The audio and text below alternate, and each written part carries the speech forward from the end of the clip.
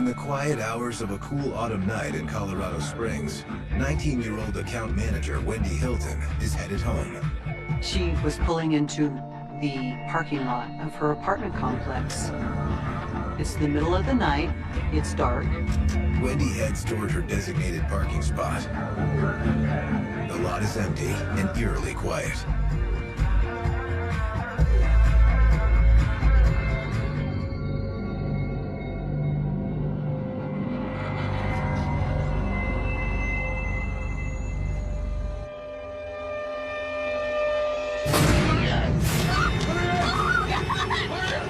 All of a sudden, out of the blue, a man covered in blood comes running up to her car, starts pounding on her car, trying to get in.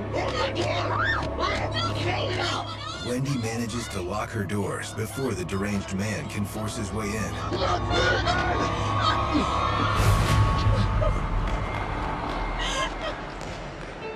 Then, just as soon as he appeared, the blood-soaked stranger disappears into the night.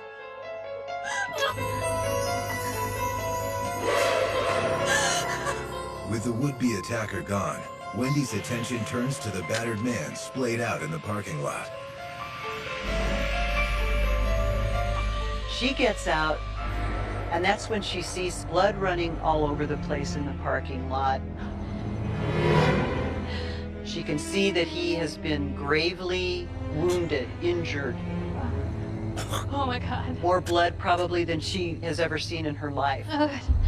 Oh God. Hey, are you okay?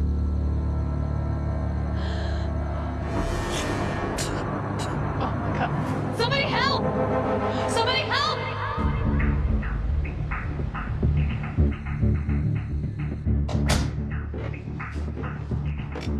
Less than a mile away, Lt.Joe Kenda has just walked in the door after a long day on the job.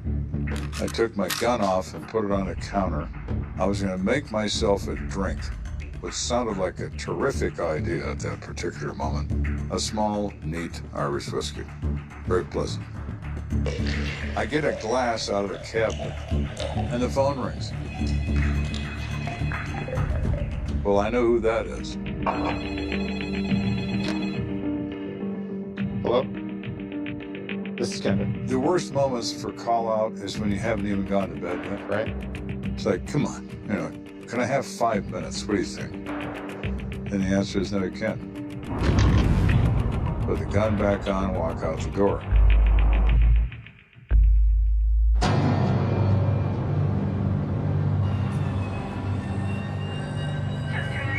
Arriving at the scene, Kenda is taken aback by the address of this crime. It's not a neighborhood in which you expect to find an assault. It's a good neighborhood. There are no issues, no street crime, no anything. So for this to be happening in this particular location is in itself unusual. Excuse me. Hey, Lieutenant, how's it going? Okay. I walk up there, and the first thing I see startles me. I have seen a lot of bloody crime scenes. I've seen decapitations. I've seen dismemberments. I've seen awful things. But I have never seen this kind of blood at a crime scene. So what we got? Got one victim stabbed multiple times, lots of blood. He didn't make it. Can't say I'm surprised. The human body contains 8 to 10 pints of blood, roughly. There is enough blood at the scene to indicate that he has very little remaining. The idea? Yes, sir. He was identified as Brandon Penza, a 27-year-old male that had just discharged from Fort Carson in the Army. Brandon was a very easygoing guy. He was big, but he never acted like he was a tough guy. He was just kind of a lovable, big dude. Any witnesses? We got one over here, but she's pretty distraught though. The officers said that one person saw the suspect, and they pointed her out to me, and she looked like she was about to collapse. What's her name? Wendy. I'll let her calm down before I talk to her. Yes. Thank you. Thanks, sir. While Kenda waits for eyewitness Wendy Hilton to collect herself, he scans the scene for physical evidence. Right at the scene where the victim was located was a knife found in one of the pools of blood. Next to the knife lies a black cowboy hat.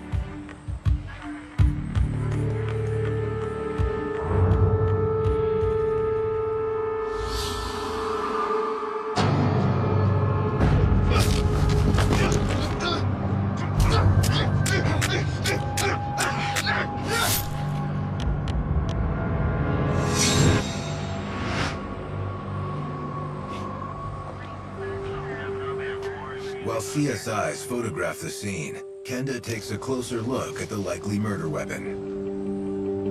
It's a folding knife. It has about a 4.5-inch blade. There is no hilt, meaning the handle turns into the blade. It's not switchbladed, but it effectively works the same way. It's not a hunting knife, it's not a hobby knife, it's a killing knife. Given the shape of the blade and the severity of the attack, Kenda is convinced that the killer didn't walk away unscathed. In a knife attack, there's no way to stop your hand from moving down the blade, and you cut yourself. You almost always find a stabbing suspect with deep incised wounds in his palm or the back of his fingers, where he has cut himself with his own knife. You smell that? Yeah, I do. If someone's been drinking, you can smell the alcohol in the blood. It's bizarre, but you can. I smelled it quite strongly. Since alcohol is metabolized in the stomach and small intestine, it will be present in the blood only minutes after consumed. The smell of alcohol in his blood was extremely strong. So he was drinking within minutes of when he was attacked. You know how many stab wounds there were? We still don't have an exact count. Somebody sure hated this guy. Given the brutality of the attack, Kenda believes it has personal vendetta written all over it. It's savage. Savage attack with a knife. To kill you is not enough. I want to punish you. I want to smell you. I want to feel the life go out of you. That is very personal. And if they hate him enough to do this, it shouldn't be that difficult to locate. Sir, she's ready to speak with you. Thank you. While CSIs bag the knife and collect blood samples, Kenda interviews eyewitness Wendy Hilton. Wendy? Yes. Is all that blood in your car from where he was trying to get in? Yes, he came to the passenger door and then he got on the roof. This was locked. On the roof. Yes, sir. What the hell is this? We're climbing on top of a car? Good God. What are we dealing with here? A grizzly bear or the Count Dracula or some combination of both? Can you tell me what he looked like? Well, I would say his 20s. Dark clothing, wearing boots. You mean like cowboy boots? Yes. And they were dark. Do you have a cowboy hat on? No. But the hat's on the ground, so we still don't know which head it came off of. Do you mind waiting here for a few minutes? Okay. Thank you. So we put out a bulletin. Lieutenant Kenda, dispatch. Dispatch to Kenda. I need to put out a bolo for a Caucasian male, 20s, dark pants, cowboy boots, possibly some cuts on his hands. Copy that. Dispatch to all units. Be on the lookout for a possible murder suspect. He's a white male, wearing all dark clothing. Wendy's description is vague. But not far from the scene, patrol officers have found a man who might be a match. Here, there he is. You gonna go with it? I get the call that an officer has found someone walking some distance away who generally fits the description. 10-4, do you mind holding that for me? I have a witness I want to bring over. That's 10-4, wait. Kenda out. Did you bring her over? Wendy, you mind taking a ride with us? We may have found the person that did this. Why don't you take a look at him? Okay. It's right this way. So off we go. We drive to this gas station to see our suspect, maybe. The suspect's name is Juan Garcia. See you there? Mr. Garcia, can you please step out? Yes, sir. Kenda interviews Garcia while Wendy Hilton observes the suspect through the tinted windows of the lieutenant's cruiser. He doesn't realize that there's somebody sitting in my car who is looking at him very closely through the window. Do you know Brandon Penza? No, sir. Let's see your hands. He has a few scrapes on his knuckles like he's been in a fight. What happened there? Little scuffle at the bar last night? What are the odds that we have this guy walking around 2 o'clock in the morning with hand injuries? Well, they're pretty good. I'm hopeful that this guy is our participant, and we can nip this case in the bud before it goes any further.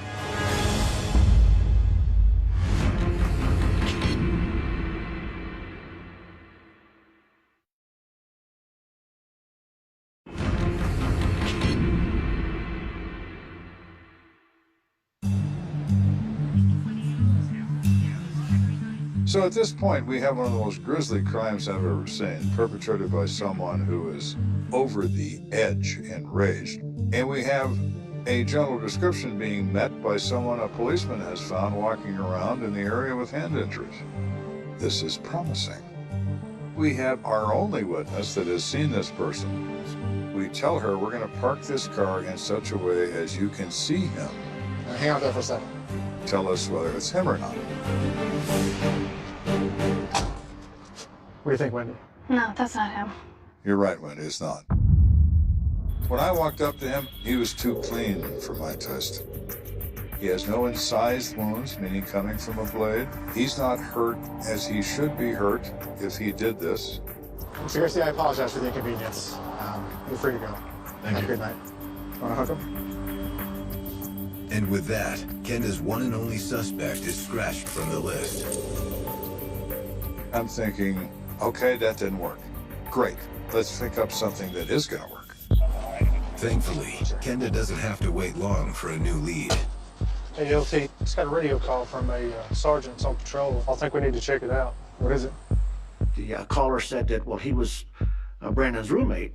According to the detective, the roommate's name is Vincent Rudder, and Rudder was worried because Brandon never came home that night. So the sergeant begins to ask him a few more questions, and the guy starts to become evasive. And the sergeant becomes immediately suspicious. And Mr. Rudder says, well, do I need an attorney? So, red flag. Why does this guy need a lawyer? Shoot an address? Yeah. That's that over there. Yeah. Now I've gone from a Mr. Unknown we find in the street to a guy with a much better chance of having a reason. Mr. Rudder, the roommate. Why do you need an attorney, Mr. Rudder? Did you kill your roommate? As an unexpected thunderstorm rolls over the city, Kenda heads to Brandon's apartment. There, he finds Vincent Rudder and his girlfriend, Ronelle Riberty. Mr. Rudder? Yes? Can we come in and talk to you for a minute? Of course, yeah, come on in. When I first meet Mr. Rudder, I'm prepared to confront what I think might be my killer. Mr. Rudder represents exactly the kind of person I'm looking for. Someone close to the victim, an acquaintance, part of his inner circle that might have developed some insane reason to become that angry with him. He fits very nicely at the moment. His clothes are clean, but of course he had more than an opportunity to dispose of clothing. Can I see your hands? Of course. You turn them over. He's not hurt. His hands are clean as a pin. You mind if we look around? No, go right ahead. We go through this entire apartment. We don't find weaponry. We don't find bloody clothing concealed. We don't find anything. And I asked Rudder, why did you ask if you needed a lawyer? He said, I don't know. I was just frightened. I've never been involved in anything like this. And, oh, okay. No. That's as reasonable an explanation as any, I suppose. But nothing about him says he's our guy. In speaking with Vincent Rudder, it becomes clear that he has no idea Brandon has been murdered. It's up to Kenda to deliver the bad news. Sorry to have to tell you this, but Brandon was murdered a few hours ago. Oh my God. Vincent and his girlfriend took it very hard. They became very emotional. I know this is difficult. I need to ask you a few questions. You are an important witness that can help us understand more about Brandon and where he spends his time and what he does with it. He's a great guy. I can't imagine anybody wanting to hurt him. You know, everybody loved Brandon. Vincent tells Kenda everything he knows about Brandon. We learned from Sergeant Rudder that Brandon Penza had got out of the Army 2 weeks prior to that and was staying with Vincent Rudder and his girlfriend. Good for you and ask for a better day for a barbecue. That's what I'm saying.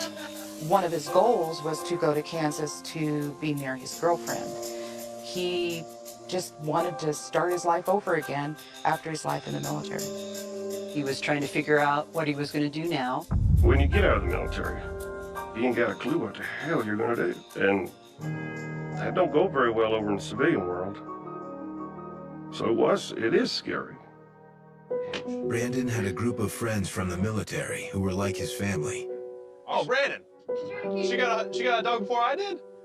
Person fell, and you were talking back. Brandon was just like a big teddy bear. Brandon was easy to get along with. Came over to the house all the time. We always had barbecues there. So he would always come. Brandon was very congenial. Fair enough. It's a gentlemanly thing to He was just a happy-go-lucky guy. Brandon he'd probably do anything for you, and I'd always want him to have my back because he was that kind of guy. Vincent can't think of anyone who would have wanted to hurt Brandon. When was the last time you saw him?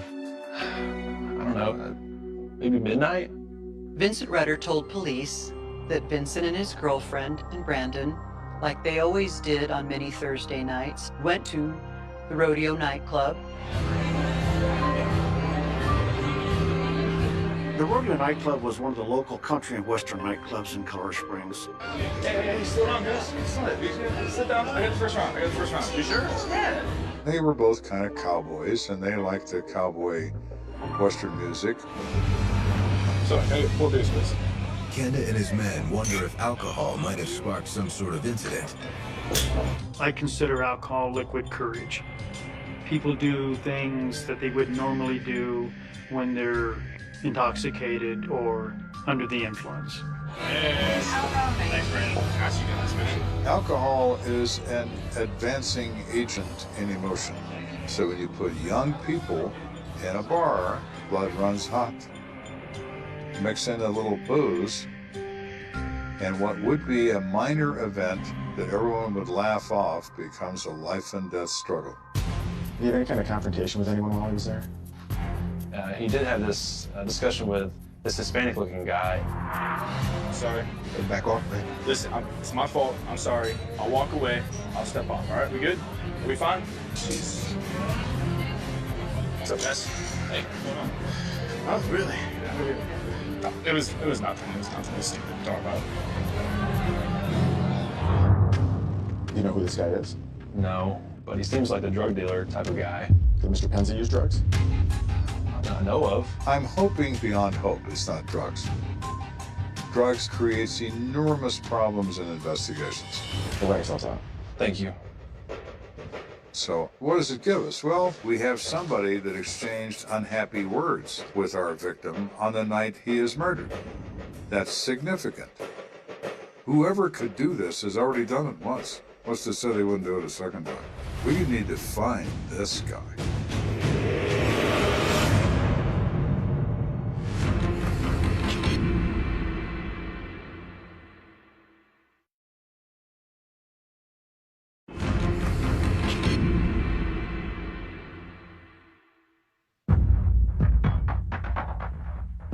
In Colorado Springs, Lt.Joe Kenda is investigating the brutal stabbing death of recently discharged Army officer Brandon Penza. So we've got this vicious homicide with incredible damage to our victim. We have a roommate we initially suspect that we've managed to clear, but he provides us with a long-haired Hispanic male who may or may not be in the drug business, who's in the bar where they were last night, including our victim. So we want to talk to that bar staff to find out what they can tell us about this guy. Everyone at the rodeo bar is long gone, except for the manager. How you doing? I'm good. How can I help you? I went to talk to your staff about a homicide investigation. And the manager says, well, they always go to breakfast at this particular all-night diner before they go home. And they all just left. So I'm sure if you get out of that diner, and it's right down the street, about 15 blocks, you're going to find him there.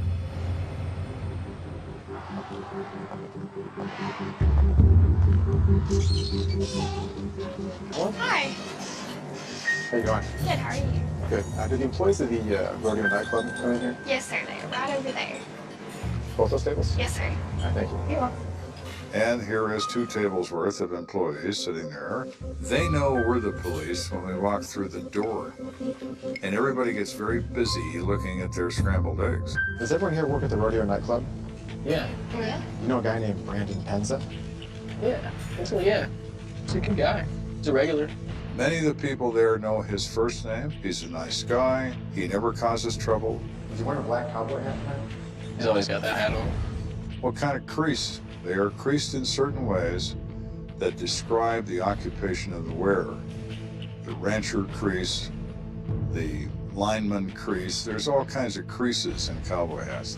There's a rancher, cattleman creases. That's the one we find at the scene. So now it's likely that the hat there belongs to Brandon and not our suspect.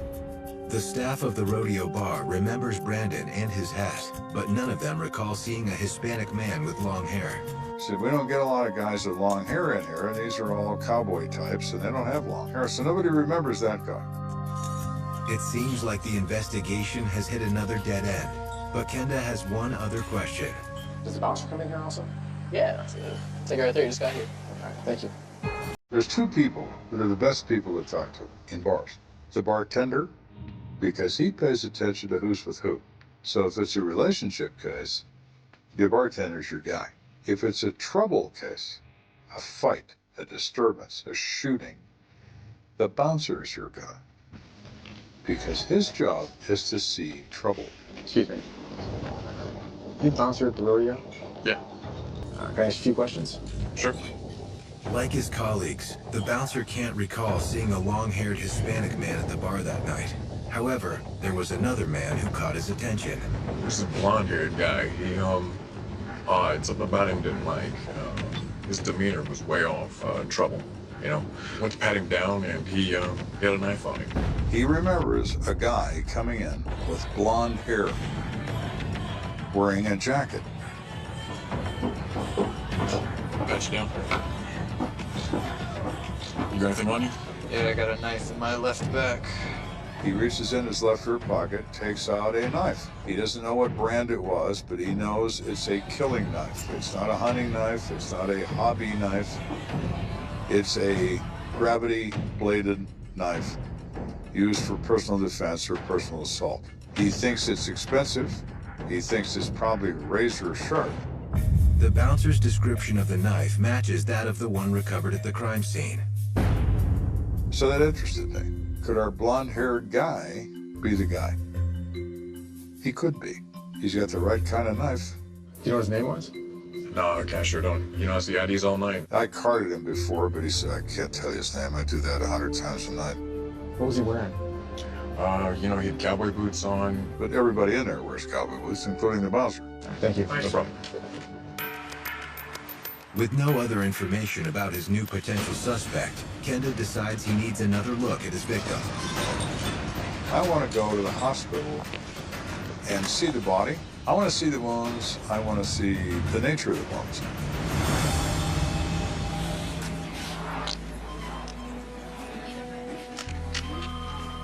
Excuse me, doctor. Yeah. Did you have a stabbing victim come in earlier? Yeah, he's right in here. Can I take a look? Sure. I'll be back in a second. Thanks. Uh-huh.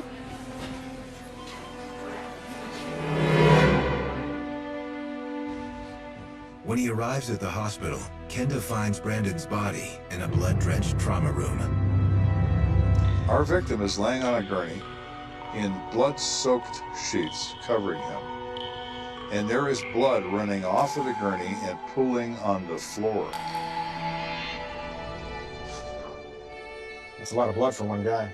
Most of that we tried to pump into him. Medical personnel gave Brandon several pints of blood in an effort to save his life. But they kept adding blood and it kept running out. There is so much of it that they call a custodian to squeegee the blood into the floor drain. I looked at that and I thought, good God. All right, thank you. Do you mind if I look at the body? Sure, go ahead. Though Brandon Penza can't tell Kenda what happened to him, perhaps his dead body can. If you let bodies speak to you, they will. The body tells a story that needs to be told.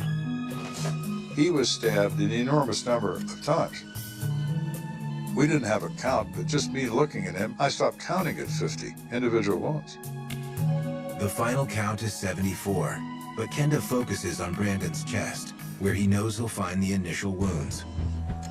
There are 20 wounds in the right side and right frontal chest area facing him. Since the vast majority of people are right-handed, most stab wounds tend to be found on the left side of the victim's body.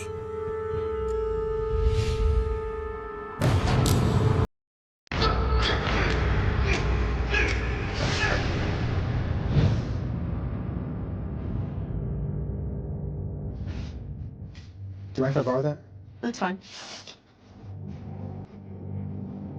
So I pass this probe into the chest carefully so it doesn't meet resistance, so then you know the angle's correct. And it's from left to right, facing the target. Our killer's left-handed, no question. He has that knife in his left hand when this begins, because when he's hooking him with that blade, he's doing it from left to right. This narrows Kenda's field of suspects by a wide margin. Only 10% of the world is left-handed. If we have a left-handed killer, we've just gotten rid of 90% of the planet. I thank you. You're welcome. Kenda has a special interest in lefties. I'm left-handed, and some of the most famous people on the planet were left-handed, but so was the Boston Strangler, and so was Jack the Ripper. And so is Brandon's killer. But so far, his identity remains a mystery. We just haven't learned enough yet. As he leaves the hospital, Kenda orders dispatch to send a canine unit to the scene of the crime. Dispatch to Kenda. Go for Kenda. Canine has arrived at your crime scene. 10-4, let him know we're on our way back. Copy that. Get out. We use canines to see if we can get a scent on our killer. Dogs have a sense of smell hundreds of times more powerful than humans. We often use them, if we can, to try to track the existence of a suspect and where he might have gone. Hey Brian, how you doing? Let's see what you can find. All right. You're hoping beyond hope that this dog is going to be the magic, that he has locked on to the scent, and he's going to walk up to the right door. Behind that door is going to be a killer.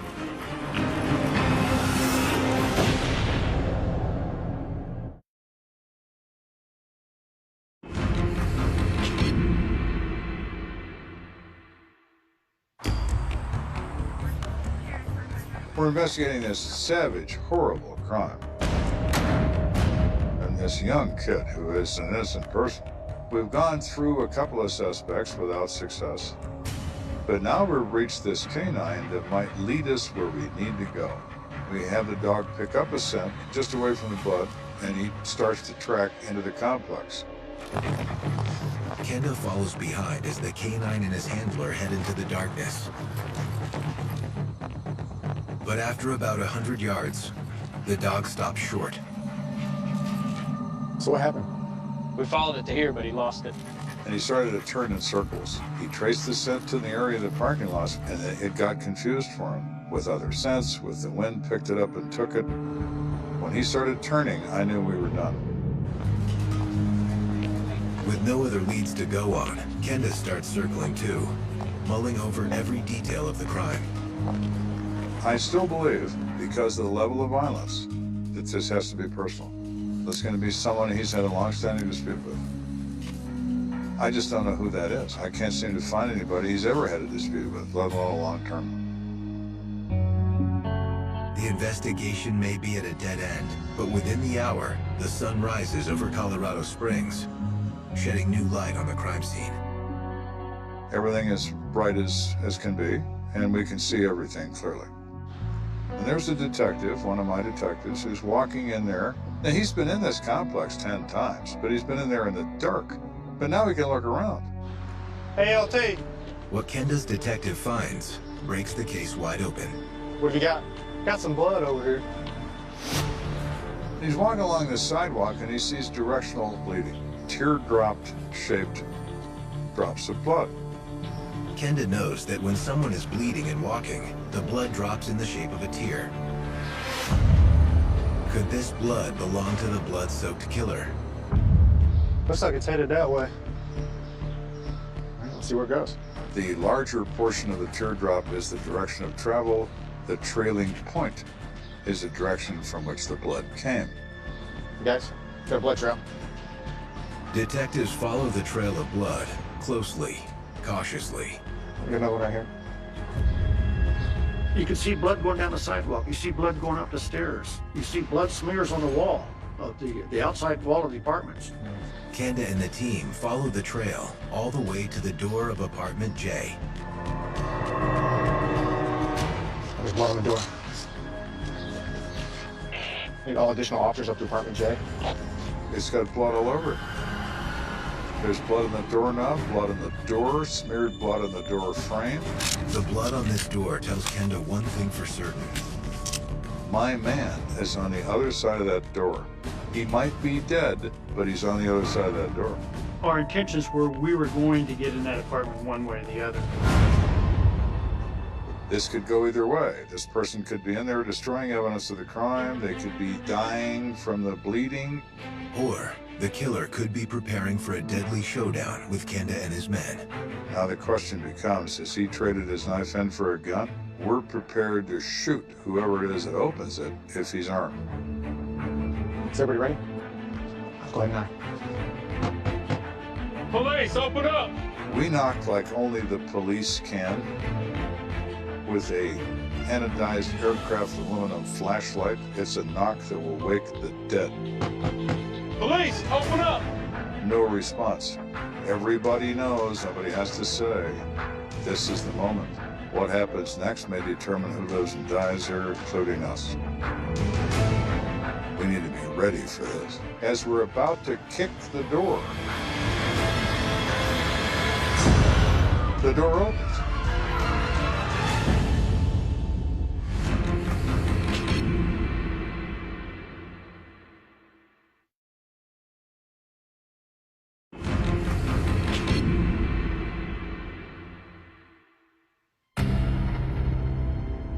After a series of dead ends and bogus leads, Lt.Joe Kenda is at the doorstep of the man he believes murdered 27-year-old Brandon Penza. Now we got a blood-covered door. And I'm convinced that on the other side of it is my killer. Police, open up! Your adrenaline's flowing. You don't know what's on the other side of that door. You don't know if he's armed. You don't know what you're going to find when you get inside that apartment. So you're very cautious.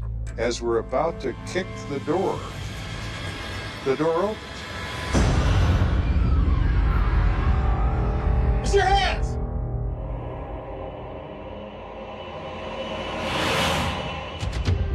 I expect counter resistance, and what I'm met with is a scared kid in a pair of skivvies with his hands in the air. Turn around. What's your name?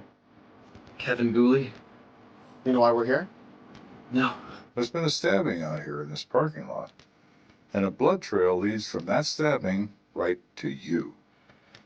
Kenda has a hard time imagining this frightened kid is the monster who savagely murdered Brandon Penza. But the young man's hands tell a different story. Blood is dropping off his one hand. He has incised cut wounds to the bone in both hands. He's hurt from his own knife. I've seen it many times. The wounds are telling me he's him. Kevin's injuries suggest he's the killer, but Kenda needs to know for sure that Kevin was the one wielding the knife. Would you be willing to sign a consent to search? Okay. So I hand him a document. My purpose is twofold. I want the waiver, but I want to see how he signs it. He signs it with his left hand. Oh, Kevin, I'm starting to have a relationship now with you. Go ahead and search. Sit over here. Don't move. Certain he's found his man, Kenda searches Kevin's apartment for evidence that can solidify the case against him. He's the typical 21-year-old. Everything he's worn in the last 3 years is on the floor. But the mess can't hide the evidence Kenda is looking for. I find blood-soaked cowboy boots under his bed.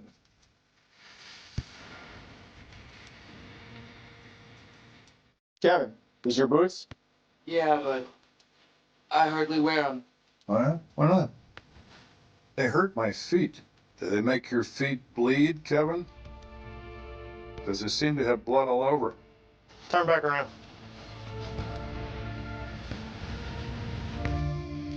So we start opening drawers in the dresser. Well, it turns out it's not a dresser, it's an arsenal. In the first drawer is a katana, which is the official name of a Japanese samurai sword, a two-handed killing machine. Here we have fascination with blades. In the next drawer, Kenda finds over 20 specialized knives. He has every kind of weapon that you would carry for the purpose of killing a human being with. All of these knives are killing knives. The next drawer down is even more exciting. It has 11 guns in it. The cache of weapons, along with the blood evidence and the fact that Kevin is left-handed, gives Kenda ample cause to throw the book at Kevin Gooley. Kevin, you're under arrest for the murder of Brandon Penza.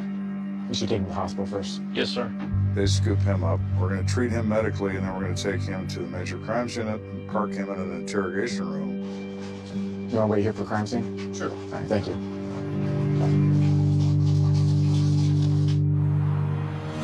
Once Kevin's injuries have been treated at the hospital, Kenda brings him in for interrogation. There's still one critical question he needs answered. Why? This level of savagery in an attack is almost always of a personal nature. So, Kevin, this guy you stabbed, how do you know him? I don't. So you don't know him at all? No. When he said he didn't know him, that really surprised me. He doesn't even know his name. He didn't know him from Adam. And that made this even more bizarre. But you did stab someone in the parking lot last night. Yeah. Why don't you tell me about that? I was leaving the bar after having a few drinks. Hey, cowboy! Hey, cowboy!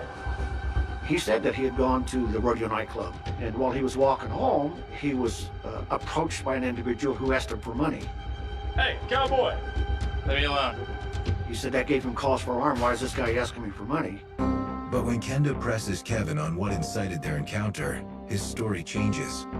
Well, he also, when he came up, he put his arm around me, like he was, I don't know, hitting on me or something. He's all over the map. We've gone from money lending to homosexual activity to what's next here. It's as if he doesn't have a reason. I don't know why he did it. I don't think anybody knows. He probably doesn't even know. And that's the question that I would love to have answered, is why. Reason or no reason, Kevin concedes that a fight ensued. Hey, man, you hear what I said? What the? Get off me! He says the guy takes a swing at him, and the fight's on. Come on, let's go!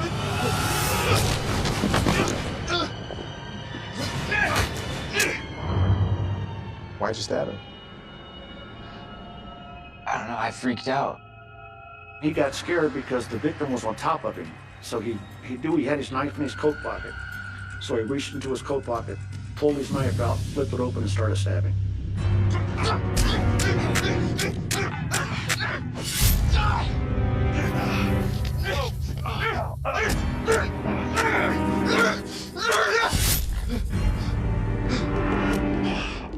Kevin's description of the stabbing gels with the injuries Brandon Penza sustained. But given what Kenda knows of Brandon's character, Kevin's claim of self-defense rings hollow. Kenda wonders if the young man wasn't itching for a reason to put one of his beloved knives to use. How many times did you stab him? Until he stopped moving. Why would you do that? I was mad. What's so startling about this is that you have the brutality of this crime, yet when police question Gooley, He basically doesn't have a reason why. He kept saying, I don't really know what happened. I don't know why it happened. This guy is completely out of control of his emotions. He is having a psychotic episode. The problem is he's got a knife in his hand when he's doing it. Kevin, you're under arrest for first-degree murder. Stand up. Facing a possible death sentence if convicted of murder, Kevin takes a plea deal in exchange for a 32-year prison sentence.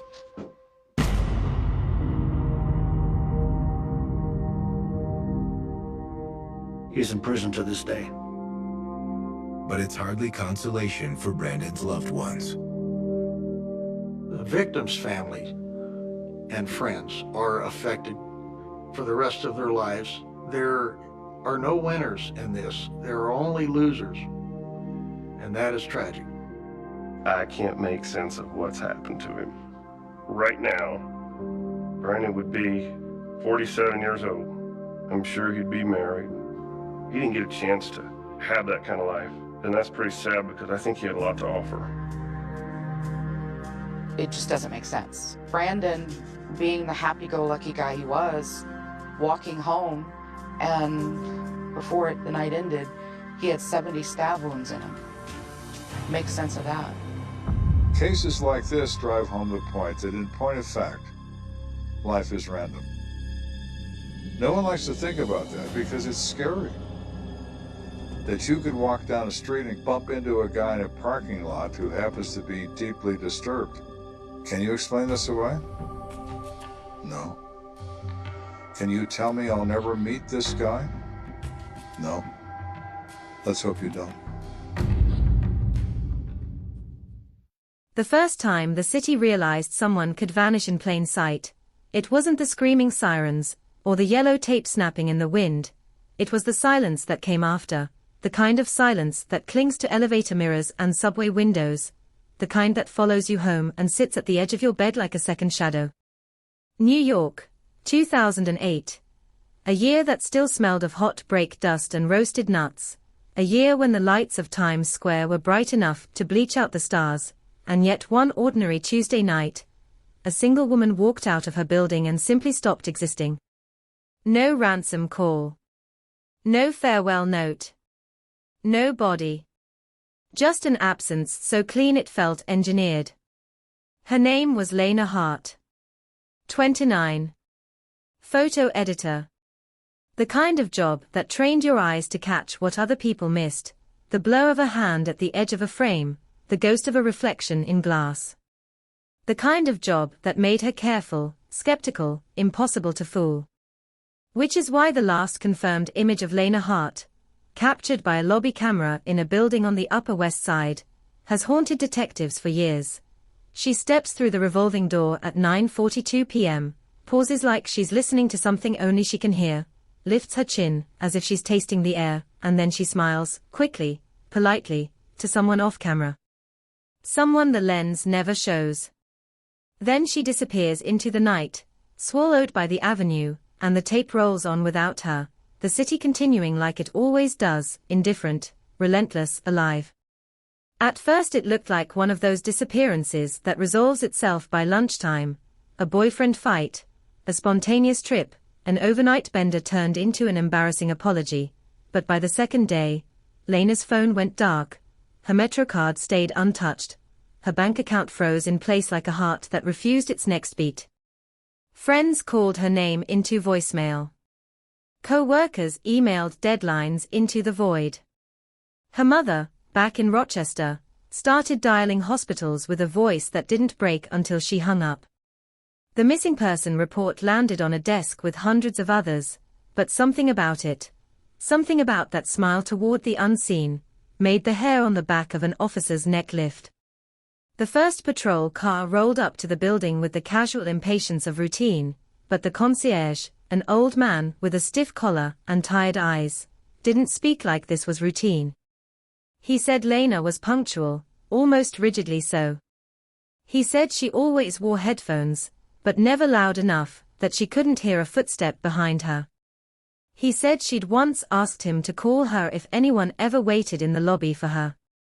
Anyone? Did she say why? The officer asked. The concierge stared at the floor tiles as if the answer was printed there. She said, he murmured, sometimes people don't announce themselves. That sentence would slide into the case file like a thin blade, and for years it would cut through every theory anyone tried to hold. Detectives arrived and started doing what New York detectives do.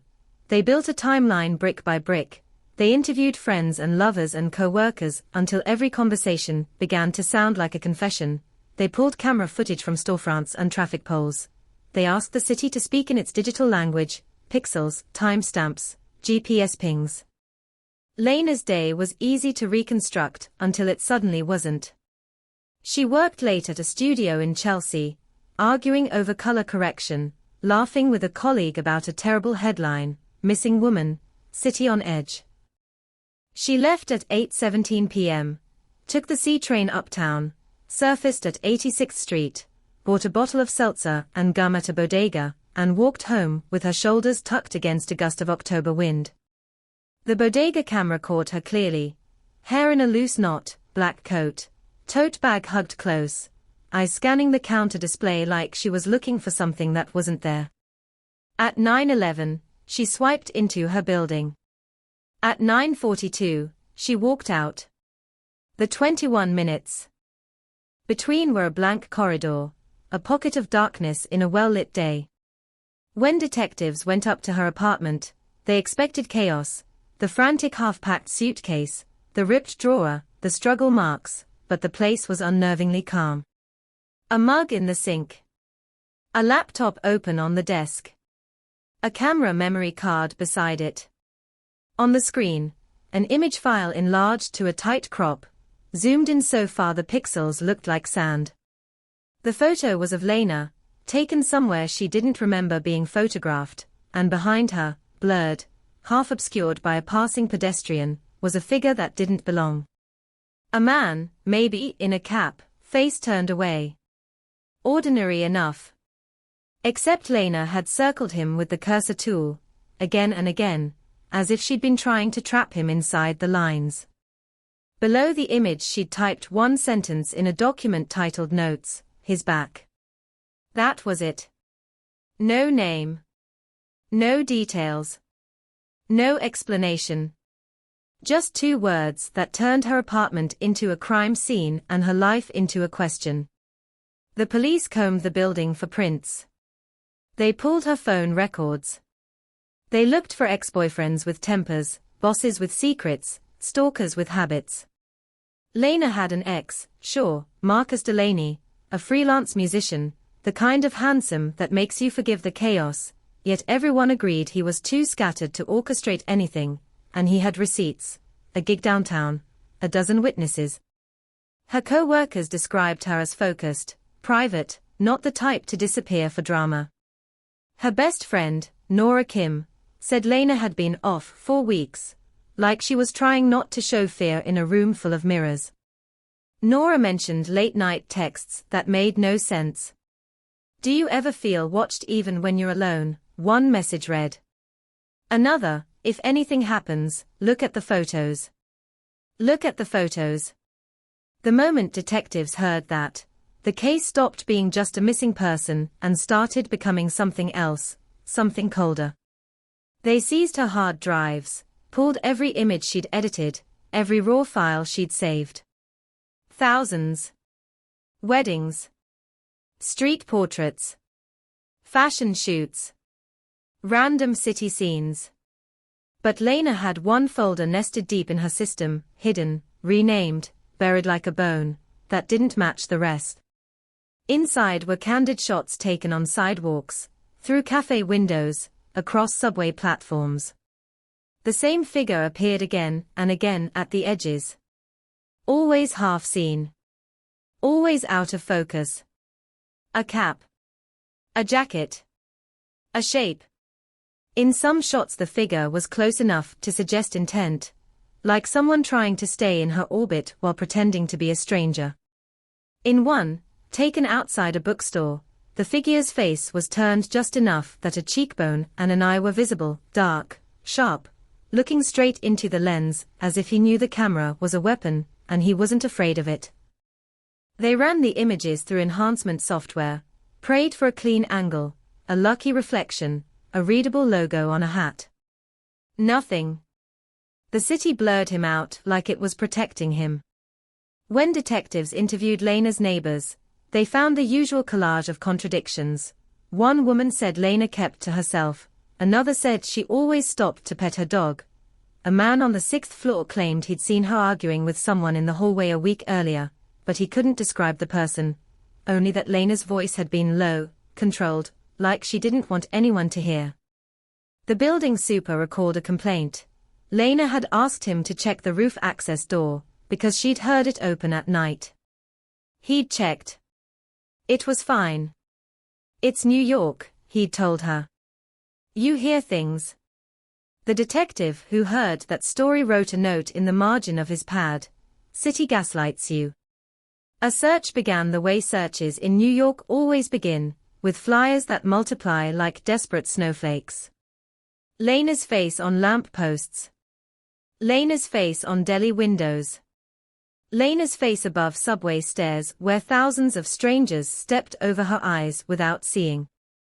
Volunteers fanned out through Riverside Park with flashlights, scanning bushes and trash cans, calling her name into darkness that swallowed sound. The police checked shelters. They checked ERs. They checked jails. Nothing. The Hudson gave up nothing. Central Park offered nothing. The city kept moving, and Lena stayed missing inside it like a secret swallowed whole. Then came the first odd lead, the kind that makes detectives straighten in their chairs and feel their pulse change. A cab driver called in after seeing a flyer. He swore he'd picked up a woman matching Lena's description the night she vanished, around 10:05 p.m., not far from her building. She'd gotten in the back seat and given an address in Queens, then changed it mid-ride, voice trembling, asking to be dropped at a different corner, a block away, where the light is. The driver said she kept looking behind them through the rear window, twisting her fingers until her knuckles went white. When he asked if she was okay, she'd said, "Just drive." Then, near the destination, she'd lowered her voice and asked a question that chilled him enough to remember it word for word. "If someone followed us, would you tell me?" The driver said he checked his mirrors. He didn't see anyone. She paid cash. She left without a receipt. He watched her step into a pool of streetlight, and pause like she was deciding whether to run or blend in. Then she walked between two parked cars and vanished from his sight. Detectives rushed to the intersection he described. They pulled cameras from corner stores. Most were broken. One had footage, but the timestamp was wrong. Another recorded in smeared, low-resolution loops. Still, they found a ghost of movement, a woman-shaped blur crossing the frame, then a darker blur trailing a beat behind. The frame rate dropped. The pixels collapsed. And the second blur became nothing more than a suggestion, a shadow with intention. The case tightened. It started to feel like Lena had been pulled along a track laid long before she noticed. Investigators dug into her past, looking for a crack in the story where a predator could slip through. Lena had grown up in upstate New York, moved to the city after college, built a life from scratch. No criminal ties. No addiction history. No dramatic debts. But the deeper they went, the more the file filled with small, sharp details that didn't fit her clean profile. A report from 2 years earlier, when Lena had called 911 to say someone was knocking on her door at 3 a.m. When officers arrived, no one was there. A note she'd filed with her building management complaining about someone attempting to tailgate into the lobby. A friend's testimony that Lena had once stopped taking the same route home, because a guy in a cap had appeared too often at too many corners. The city was full of guys in caps. That was the point. It was the perfect camouflage. In the weeks after she vanished, detectives started getting letters, no return address, no fingerprints worth a match, just plain white paper folded into thirds like a school note. The first one arrived at the precinct in a typed font that looked deliberately bland. It read, "Stop looking where you want to look. Look where she looked." No signature. No threat. Just a sentence that sounded almost instructive. The second letter came days later, sent to Lena's workplace. It read, "Photos don't lie. People do." By then the news vans were outside the building, microphones raised, hungry for a narrative. The headlines hit like fists: "Missing in Manhattan, no trace, no answers, cold case in the making." The community felt it. The idea that someone could be taken without leaving a tear in the fabric. Parents tightened their grip on children's hands. Women stopped wearing headphones at night. Men looked over their shoulders and hated themselves for finally understanding. And Lena's mother stood on the sidewalk with trembling flyers and a voice that begged into cameras, "If you saw her, if you know anything, please," while behind her the city's lights kept buzzing like nothing mattered. In a conference room that smelled like burnt coffee and printer toner, detectives pinned Lena's photographs to a board until the wall looked like a fractured movie reel. Lena outside the bookstore, Lena on the subway platform, Lena in a cafe reflection, Lena in a crowd with that same half-seen figure lingering like a stain.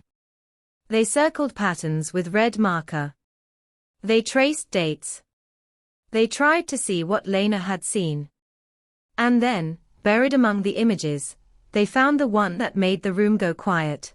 The one shot at night, grainy and tilted, as if Lena had snapped it quickly without looking. A street sign in the foreground. A stairwell entrance behind it, descending into darkness.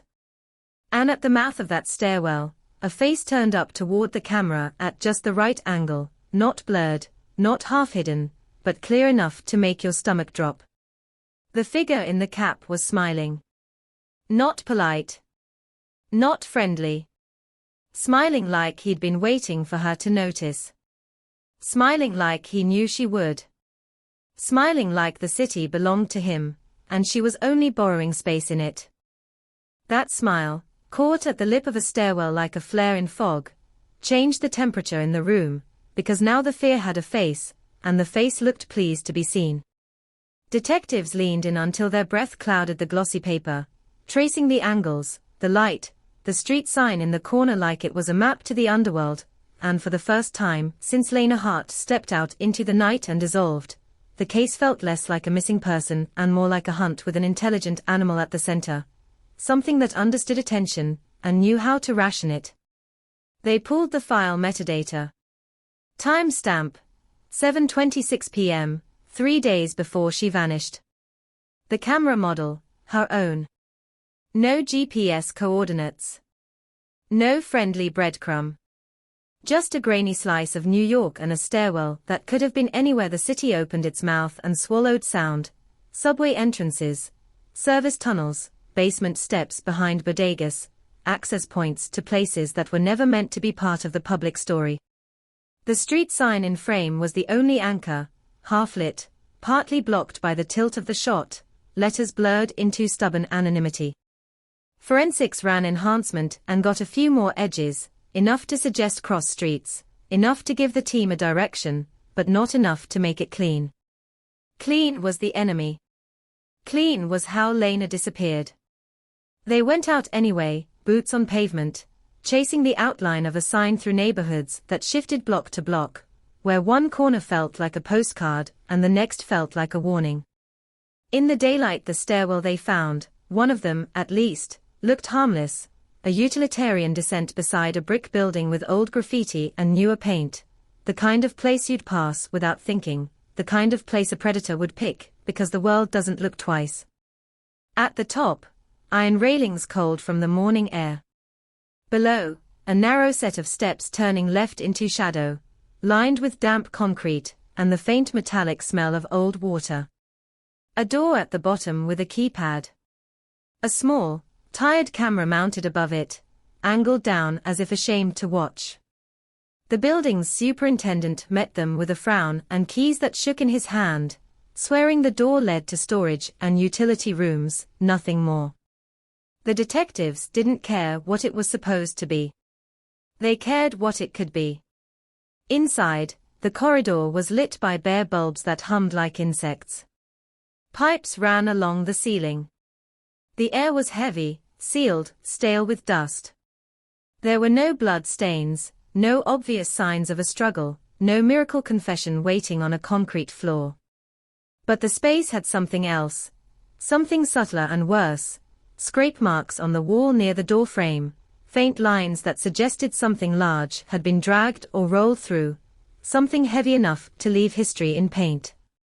They photographed it, bagged a few fibers snagged on a nail, and felt the case tighten again, not with certainty, but with possibility. Because in a city built on noise, the places that mattered most were the ones nobody remembered. They canvassed the block. They spoke to the bodega clerk, who worked nights and kept his voice low when he said, "Yeah, I've seen that guy." He didn't know the name. He knew the cap. He knew the way the man stood too still, like a mannequin that breathed. He knew the habit of showing up without buying anything, lingering near the stairwell like it was a designated meeting spot, then drifting away when anyone met his eyes.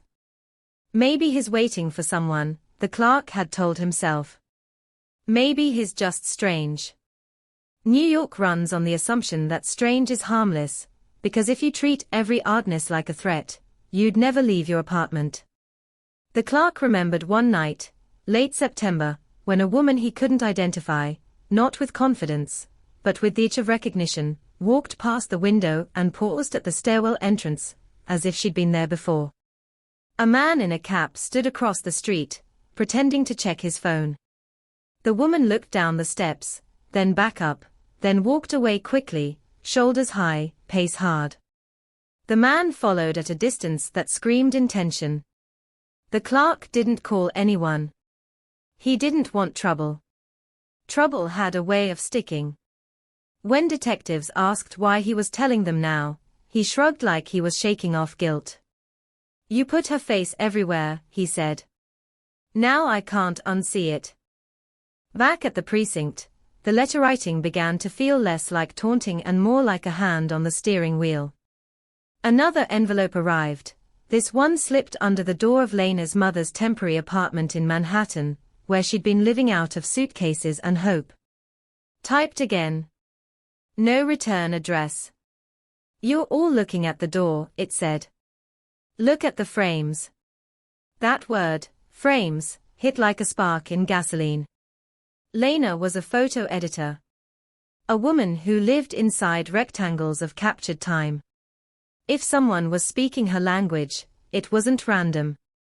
It was personal. It was intimate.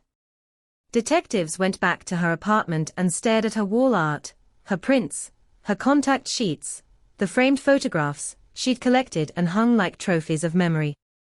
One frame above her desk was slightly crooked. Not enough to notice in a casual glance, but enough to bother someone who corrected images for a living. When they lifted it, they found the nail had been moved recently, wood scraped around the hole. Behind the frame, hidden between backing paper and glass, was a folded strip of black and white photo paper. No note. Just an image. A close-up of Lena's building lobby, taken from an angle that suggested the photographer was standing outside, peering in through glass, watching the revolving door like it was a stage entrance. And there, in the reflection, thin, distorted by the curve of the door, was the outline of a man in a cap, camera raised, capturing him. It was surveillance disguised as art. A loop. A trap. The worst part wasn't that someone had taken the photo. The worst part was how it had gotten into her apartment, behind a frame, without her calling police, without her screaming, without anyone noticing. It suggested access. It suggested time. It suggested someone who didn't need to kick down doors, because doors opened for him. They interrogated the obvious targets harder. Building staff. The super. The concierge. Maintenance schedules. Who had keys? Who had master access? Who had been in her apartment for repairs, inspections, emergencies? The list was longer than anyone liked, because buildings run on invisible labor, and invisible labor means invisible movement. The super swore he'd never entered without her present. The doorman insisted the only people who went up were residents and approved guests. But the elevator camera footage had gaps, maintenance windows, camera resets, periods where the feed flickered and fell into static for minutes at a time. Those minutes became a new kind of crime scene, a place where anything could have happened without ever being recorded. Detectives asked the building's camera vendor for service logs and found a visit 2 weeks before Lena vanished. A technician had been called in for intermittent signal loss. The technician's name led to a contractor. The contractor led to an agency.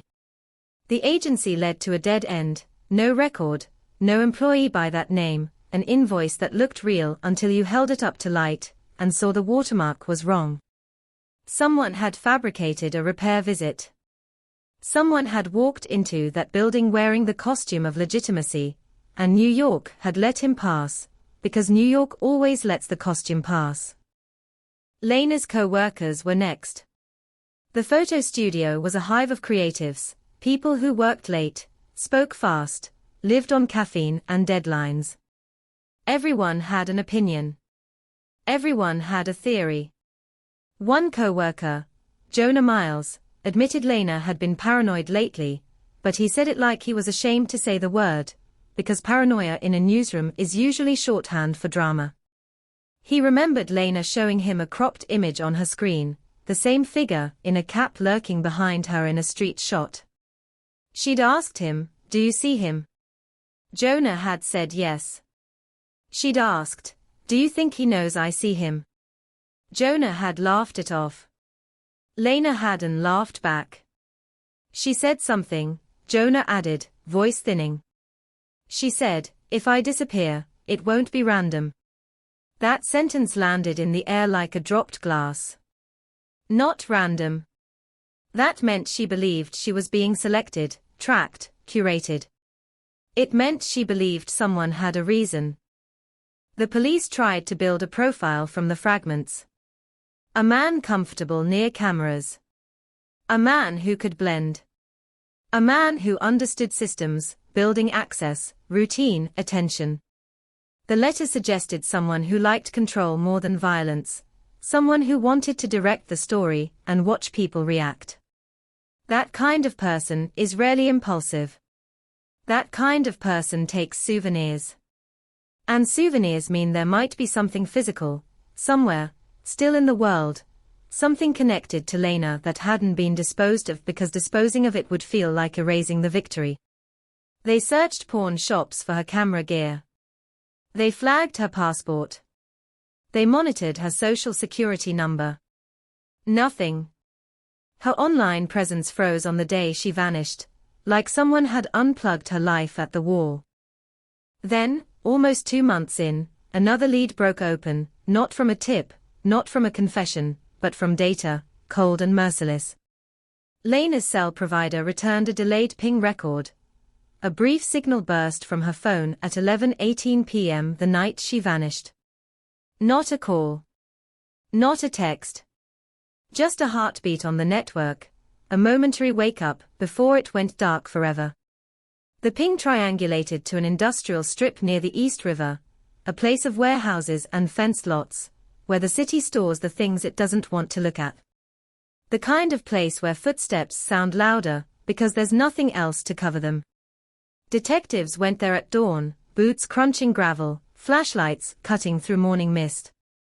They found nothing on the surface, no phone, no purse, no evidence. But across the street, behind chain link and a padlocked gate, was a self-storage facility with rows of metal doors like clenched teeth. The manager, a woman with a tight bun and a practiced smile, was reluctant at first, then resigned when the warrant landed on her desk.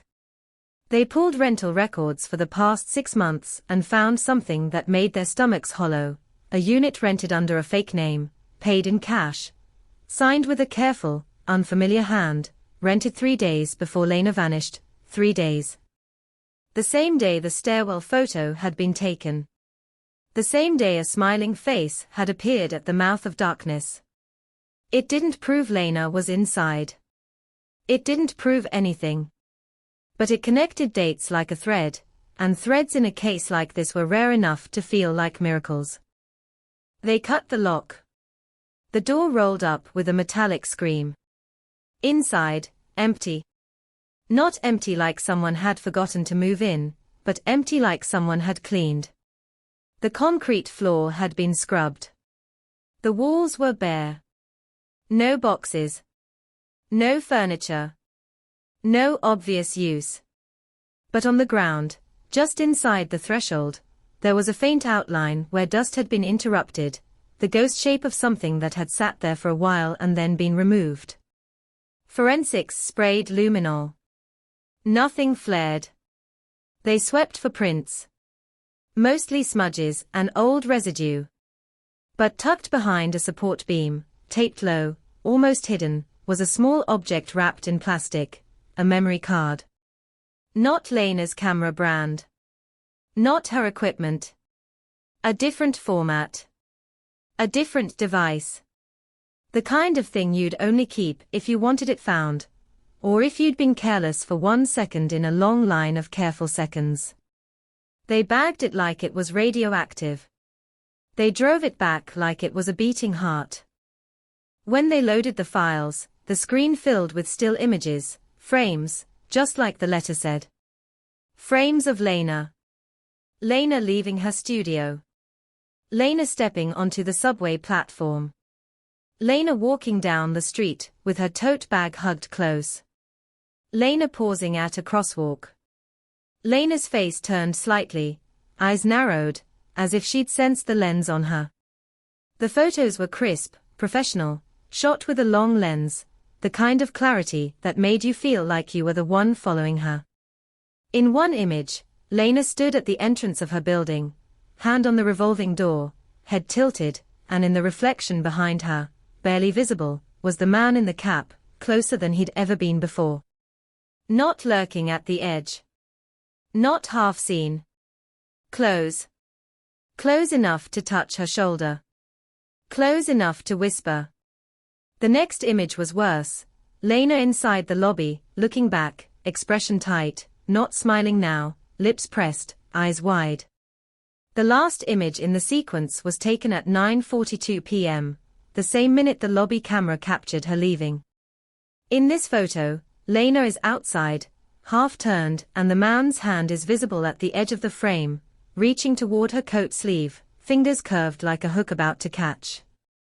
The file name on that last image wasn't random. It was typed in plain language, as if someone wanted to narrate, final_exit. And below it, in the folder, was a single video file. Short. Unlabeled. Untouched since the night she vanished. Detectives stared at it without clicking, because they all understood the same thing at once. Sometimes the next frame doesn't answer the question.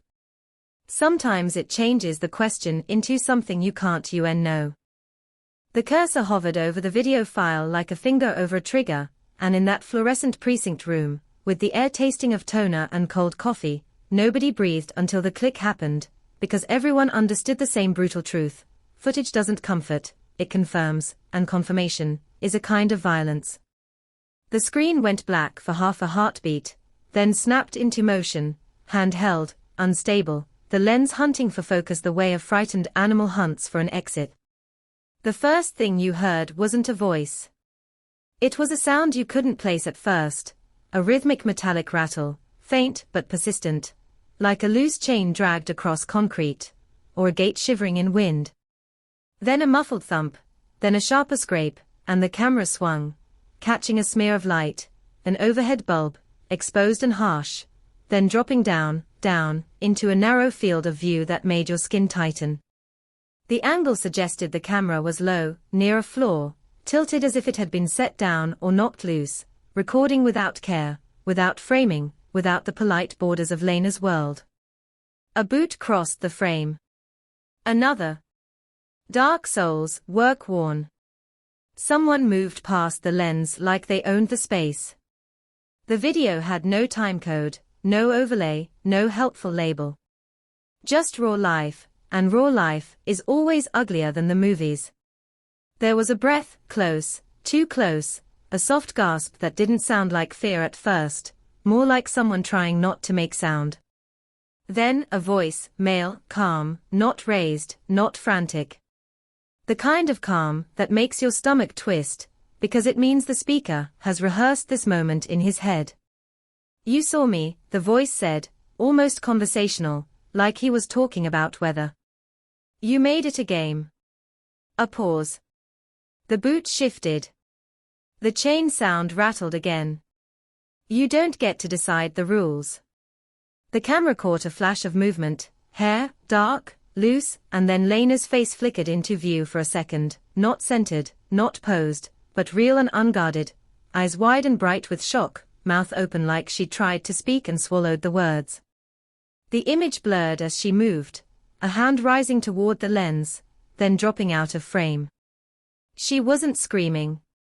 That was the worst part. She wasn't giving the city its expected soundtrack of panic.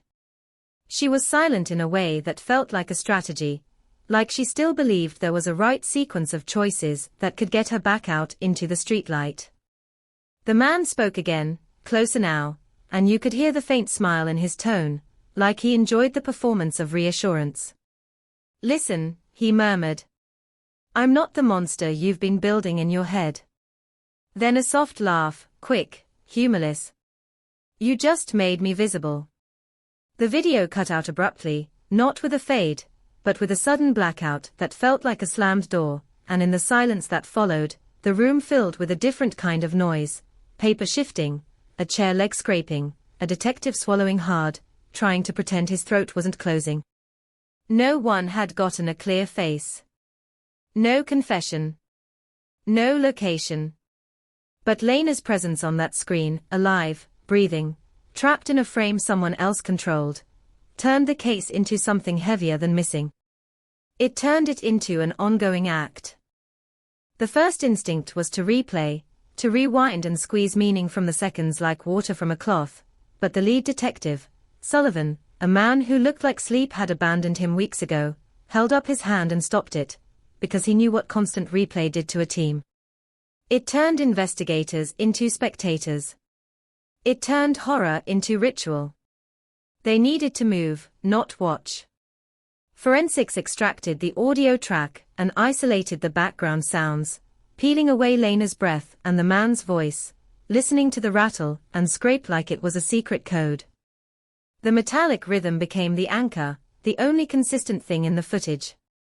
An analyst listened with headphones clamped tight, and said it reminded him of a roll-up storage door being lowered, that corrugated shudder, that chain-driven tremor. Another said it could be a freight elevator. Another said it could be nothing at all, just the city's soundtrack warped by cheap microphone compression. But the team latched onto storage, because storage was what they had, the empty unit, the scrubbed floor, the memory card taped like a message. They pulled surveillance from the facility's exterior cameras, and the footage was as unforgiving as always, grainy, wide angle, faces flattened into anonymity. They watched hours of cars sliding past like dull fish in a dark river, then paused on a white cargo van that arrived the night Lena vanished, at 11:36 p.m., its headlights briefly flaring the camera into bloom. The driver wore a cap. Of course he did. In this city, the cap was camouflage. The van backed toward the units, parked in a blind spot, and the feed stuttered for 12 seconds, 12 seconds of glitch that felt like a wink. When it resumed, the van was gone. They ran plates. Stolen. They ran the van model through rental records. Nothing. They ran the cap silhouette through their own exhaustion. Too many. They pulled cell tower dumps for the area around that time, filtering for devices that appeared near Lena's building and later near the storage facility. A net cast over millions of pings, most of them innocent, most of them useless. But one number kept surfacing like a corpse that wouldn't stay submerged, an unregistered prepaid line, present near her apartment in the weeks before, present near the storage strip that night, present again 2 days later, then disappearing into the city's digital fog. The pattern wasn't proof. Patterns aren't proof. Patterns are invitations. So they followed it. While detectives chased signals and shadows, the letters kept coming like a heartbeat, steady and cruel. The next one arrived in Lena's mailbox, slipped between junk flyers as casually as a coupon. Nora Kim found it when she checked the mail, hands shaking before she even knew why, because by then the case had taught everyone a new reflex: dread before comprehension. The message was short, typed as always, the font a sterile impersonation of normal. "You watched," it said. "Now you're part of it." Nora brought it to Sullivan and told him her voice felt stolen, like she was speaking through someone else's mouth. Sullivan studied the paper, the clean edges, the lack of prints, the lack of scent, the lack of anything human. He looked up at Nora and asked a question that sliced deeper than he intended. "What didn't you tell us?" Because in cases like this, the truth is always incomplete at first. People edit themselves the way Lena edited photographs, cropping out what they don't want seen. Nora swallowed, eyes glassy, and confessed that Lena had been meeting someone in the weeks before she vanished, not a lover, not a friend, but a contact, a stranger who'd reached out online claiming to have information about a man who appears in photographs. Nora said Lena had shown her the messages once, dismissing them as weird but intriguing, the way a journalist dismisses a lead until it bites. The contact used a handle, no real name, Frame Hunter. He'd written, "You're not the first. You won't be the last. If you want to know what you're seeing, meet me." Lena had met him twice, according to her calendar, both times at crowded public places, an art cafe in Soho, a bookstore event in Midtown. She never brought Nora. She never brought police. She said she didn't want to make it bigger. That phrase now sounded like a joke told by fate. They found the cafe. They pulled receipts. They found the clerk who remembered Lena, because she'd ordered tea and barely touched it, eyes darting as if she expected the man in the cap to materialize from steam. The clerk also remembered who she'd been with, a man in his 40s, thin, hair graying, dressed like someone trying to disappear into the background. Not threatening, not flashy. He'd kept his voice low, leaning in as he spoke, and Lena had leaned back, guarded. The clerk described the man's hands, stained, like darkroom chemicals, like ink. That detail lit a fuse. Darkroom chemicals meant photography, meant printing, meant the analog world where images are born in liquid and shadow. It was a niche, a community, a scene within the city's larger scene. And scenes have names. Detectives began mapping Lena's professional orbit beyond her job. Galleries she visited, collectives she'd followed, events she'd photographed. They uncovered a small underground group that met in borrowed basements and rented studios, artists obsessed with surveillance aesthetics, with street photography taken without consent, with capturing truth no matter who it hurt. Their forums were full of blunt talk about subjects and hunts, about the thrill of catching someone unposed, unready. Most of it was ego and art speak, but in the wrong hands, that mindset became a weapon. Lena had criticized them publicly once, in a comment thread, calling their work predatory. It had been a small remark, the kind you toss into the internet and forget. But the internet remembers everything. And predators remember slights like scripture. Sullivan sent 2 detectives undercover to one of these meetups, a gallery night, held in a converted warehouse in Brooklyn, where the walls were covered in massive prints of strangers walking, eating, crying, existing, moments stolen and enlarged until they felt like accusations. The room smelled of cheap wine and wet paint. People laughed too loud. People stared too long.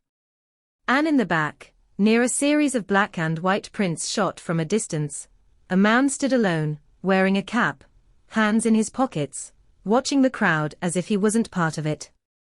The detectives couldn't arrest a cap. They couldn't arrest a vibe. But they watched him, and when he turned his head, the angle of his cheekbone matched the one clear frame from Lena's hidden folder. Their pulse jumped. They followed him as he drifted toward an exit, slipping into the night. Outside, the street was slick with recent rain, reflecting neon into puddles like bruised light. The man walked fast, not running, just moving with the confidence of someone who knew the city's veins. The detectives tailed him for 2 blocks, before he cut suddenly down an alley and disappeared behind a closing door. When they reached it, breath loud in their own ears, the door was locked, the alley empty, the rain swallowing footsteps like they'd never happened. Back at the precinct, the team faced the oldest enemy in any investigation, time. Because the longer Lena stayed missing, the more the city rearranged itself around her absence, the more witnesses forgot, the more cameras overwrote, the more leads decayed into rumor. They had the video file, but it was a window into a moment that was already gone. They had the storage unit, but it was scrubbed clean like an erased chalkboard. They had a phantom handle, frame hunter, but no real identity behind it. They had an underground scene that thrived on anonymity, on masks, on the thrill of being untraceable. The case began to feel like fighting smoke with hands. And still, the letters kept arriving, each one a small controlled explosion. One came to Sullivan's desk inside the precinct itself, meaning someone had walked past security, past cops, past all the barriers meant to keep danger out. The envelope was plain. The message inside was shorter than all the rest. "You're close," it read. Closer than she was. Sullivan stared at the words and felt something cold settle behind his ribs, because closeness wasn't always an advantage. Sometimes it was the point. Sometimes the predator wasn't running from the chase. Sometimes the predator was feeding it, pulling the investigators deeper into a story where the ending belonged to him. Sullivan ordered more patrols, more checks, more pressure, but the city didn't tighten, it simply flexed, absorbing the tension the way it always did, turning fear into background noise. Then, as if the case wanted to remind them how fragile certainty was, Lena's mother received a call, not from a kidnapper demanding money, not from a prankster, but from an elderly woman in Queens who said she'd found a camera in a thrift store bin, and when she'd turned it on, the last photo displayed was Lena's face. The mother's scream over the phone ripped through the precinct like a siren. Detectives raced to the address, hearts hammering, only to arrive and find the woman trembling, apologizing, holding out a cheap point-and-shoot with a cracked screen. The last photo was indeed Lena, but not Lena in 2008. Lena in a dim room, eyes hollow, cheeks thinner, hair cut short, staring directly into the lens. On her wrist, visible in the harsh flash, was a faint mark like a bruise shaped into a band, and behind her, out of focus, but unmistakable, was a wall covered in photographs, rows of frames like trophies, the shrine of stolen moments. The file date on the image wasn't 2008. It was 2010. 2 years after she vanished. The room went silent again, but this time it wasn't the silence of shock. It was the silence of realization, sharp as glass. Lena had not simply disappeared that night. She had been kept. Somewhere. For some length of time. As part of something curated. Controlled. And the city, huge, crowded, blazing, had held her secret without ever knowing it was doing so. The camera felt wrong in Sullivan's hands, too light for the weight it carried, cheap plastic containing a truth that made the room taste like copper, and when the techs pulled the image onto a larger screen the pixels expanded into something almost too intimate. Lena's eyes staring forward with that exhausted, cornered alertness you see in animals that have learned not to waste energy on panic, and around her the wall of photographs rose like a monument, frame after frame in uneven grids. Faces and streets and backs of heads, all of it arranged with a devotion that wasn't art, it was possession. The date stamp, 2010, was a blade, because it didn't just say she'd lived past the night she vanished. It said she'd existed somewhere in the city's hidden lung for years while people walked above her, laughing, arguing, ordering coffee, oblivious to the fact that a woman had been turned into a subject, a relic, a living exhibit. They tried to trace the thrift store, the donation bag, the hands that had touched the camera before it hit a bin, but the trail was a smear of ordinary chaos, cash purchases, no receipts, boxes emptied, items moved, stories told wrong.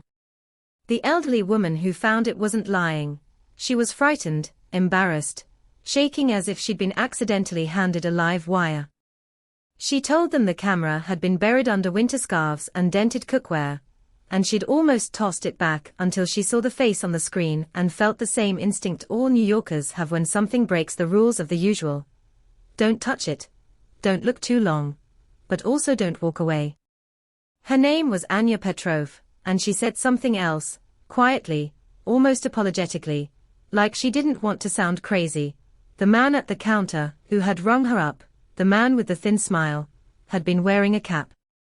Sullivan didn't flinch outward, but inside his mind the case tightened into a knot, because it meant the predator wasn't just hidden, he was moving through ordinary life, sliding his trophies into public places like breadcrumbs. Or warnings. They ran the camera's serial number. It traced to a big box electronics store in Brooklyn, purchased in cash in late 2009, the security footage long overwritten, the receipt database only good for card transactions. They searched for the make and model in pawn shop logs, in buy-sell forums, in repair tickets. Nothing that held. The photo itself became the center of gravity.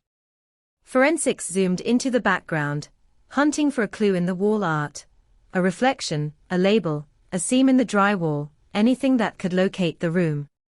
They found a faint pattern, vertical lines, like old paneling or cheap wood laminate, and a shadow in the top corner that looked like a vent grill. They ran it against building material catalogs, against known basement layouts, against the kind of obsessive databases cops keep when the city becomes too big to remember. The matches were broad. Too broad. Millions of rooms could look like that. But there was one small detail that kept nagging, the light.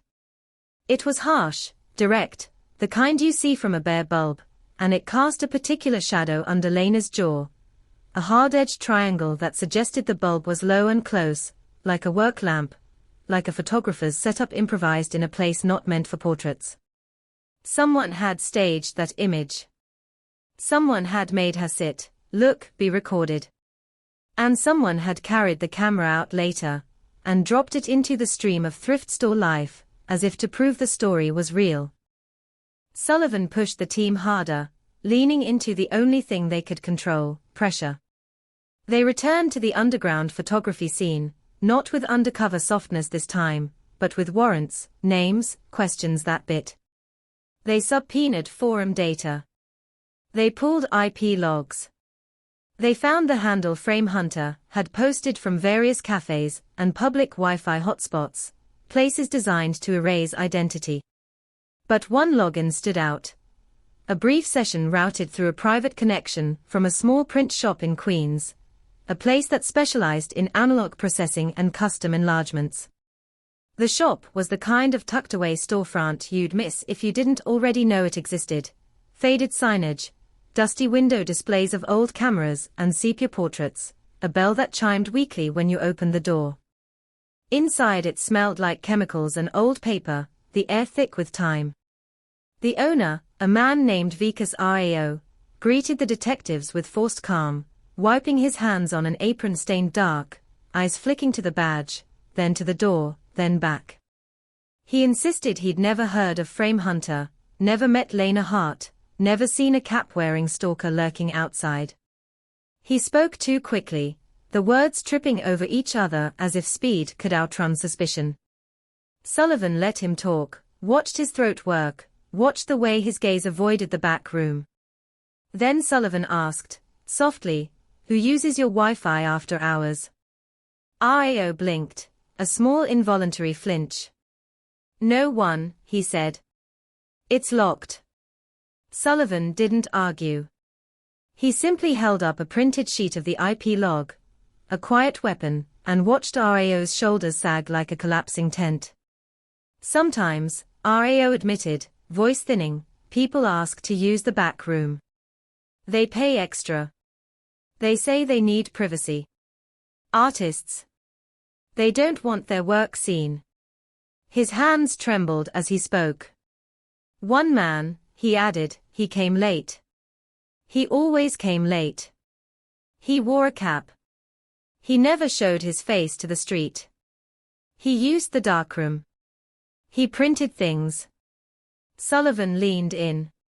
What things? RAO swallowed. Photos of people who didn't know, he whispered. Women on trains. Men in doorways. Faces through windows. Always the same style, long lens, far away, like he was hunting. And sometimes, RAO said, eyes watering now, sometimes he printed the same woman over and over, like she was his favorite subject. The detective didn't need to ask which woman. The silence between them said it. They got the warrant for RAO's logs, his payment records, the little scraps of paper where artists scribbled pickup dates. RAO insisted the man paid cash. Of course. But RAO remembered something else. Once, when the man thought he was alone, he'd taken off the cap in the back room, and RAO had glimpsed his hair, dark with a streak of grey, cut close, neat, like someone who liked control. RAO couldn't give a name, but he described a ring, plain metal, worn on the right hand and a small scar near the ear. Sullivan filed it away, another fragment in a mosaic that refused to become a face.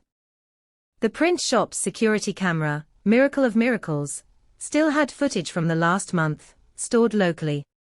They watched it on RAO's ancient monitor, the view fixed on the counter and the door.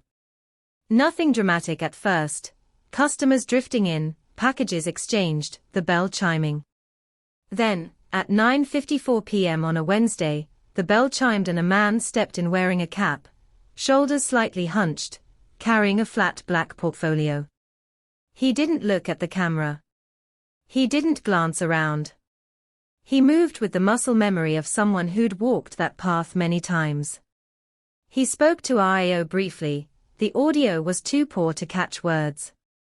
RAO handed him a small envelope, prints, likely. The man slid cash across the counter with a smoothness that made it look rehearsed. Then he paused. Not long. Just long enough to tilt his head, as if hearing a sound outside the frame. His eyes flicked up, not to the camera, but to something beyond it, like he could sense the act of being watched. And for a second, his face angled enough that Sullivan saw the cheekbone, the eye, the shape of the mouth. Not clean. Not perfect. But enough to feed into facial recognition software, enough to spit out possibilities. They ran the frame through databases, with all the desperation of people trying to conjure a name from fog. The software returned a cluster of partial matches, driver's licenses, old arrest photos, passport images, none strong enough to charge, all close enough to keep you awake. One candidate stood out. A man named Ethan Klein, age 46, a former building access technician, licensed, employed by a subcontractor that serviced security systems across Manhattan and Queens. The words on the screen hit like a punch. Access technician. Cameras. Intermittent signal loss. That fabricated service visit at Lehner's building. Sullivan felt the case click into a more coherent shape, and coherence can be more terrifying than mystery, because it suggests a method. They pulled Klein's history. Minor offenses years earlier, trespassing, harassment complaints that went nowhere. A stack of employment records that showed he drifted between contracts, always temporary, always on the edge of official oversight. People like that slip through cracks. Klein's last known address was in Astoria. Detectives drove there with the kind of tight focus you get right before a storm breaks. The building was low-rise, quiet, the hallway smelling of cooking oil and damp laundry. They knocked. No answer. They knocked again. A neighbor peeked through a cracked door and said the man with the cap had moved out weeks ago, left in a hurry, carried boxes late at night, avoided eye contact. He didn't talk, she said, but he watched. Watched? That word again, like a refrain the city couldn't stop singing. They got inside with a warrant. The apartment was stripped. Not empty like someone had gone on vacation, empty like someone had erased himself. Bare walls, no furniture, no photos, no personal mess. But the air held a faint chemical tang, like cleaning products used too aggressively, like someone trying to sterilize a life. In the closet they found a small stack of plain caps, identical, black, unbranded. In the kitchen drawer, a set of keys, dozens of them, some labeled with tiny tags, some not. Master keys. Utility keys. Keys that opened things nobody noticed being opened. And in the bathroom, behind the toilet tank lid, taped to the porcelain, they found another memory card. Smaller than the first. Newer. More careful. Sullivan held it like a fragile organ. Back at the precinct they cloned it, quarantined it, loaded it on an isolated machine. It contained a folder called Frames. Inside, hundreds of images, all in the same style, candid, stolen, long lens, the city turned into a hunting ground. The victims weren't just women. They were everyone. But among them, arranged in a subfolder labeled Lena, were sequences that made the room's blood run cold. Lena walking. Lena reading. Lena laughing with Nora. Lena in her apartment through a window at night, blinds half drawn, unaware. Lena asleep on her couch, shot from an angle that suggested the photographer had been inside the room, close enough that the shutter could have woken her. The photos weren't just surveillance. They were intrusion. Proof that the boundary between public and private had been crossed without resistance. And then, deeper, another folder, Room. The first image in Room was the wall of photographs from the thrift store camera photo, clearer now, shot from a different angle. The second was the same wall, but with more frames added, as if time had passed and the collection had grown. The third image showed a metal chair under a bare bulb. The fourth showed a hand, male, adjusting the bulb's cord, ring visible, plain metal, right hand. The fifth image showed a corner of the room where a mattress lay on the floor, thin, cheap, stained.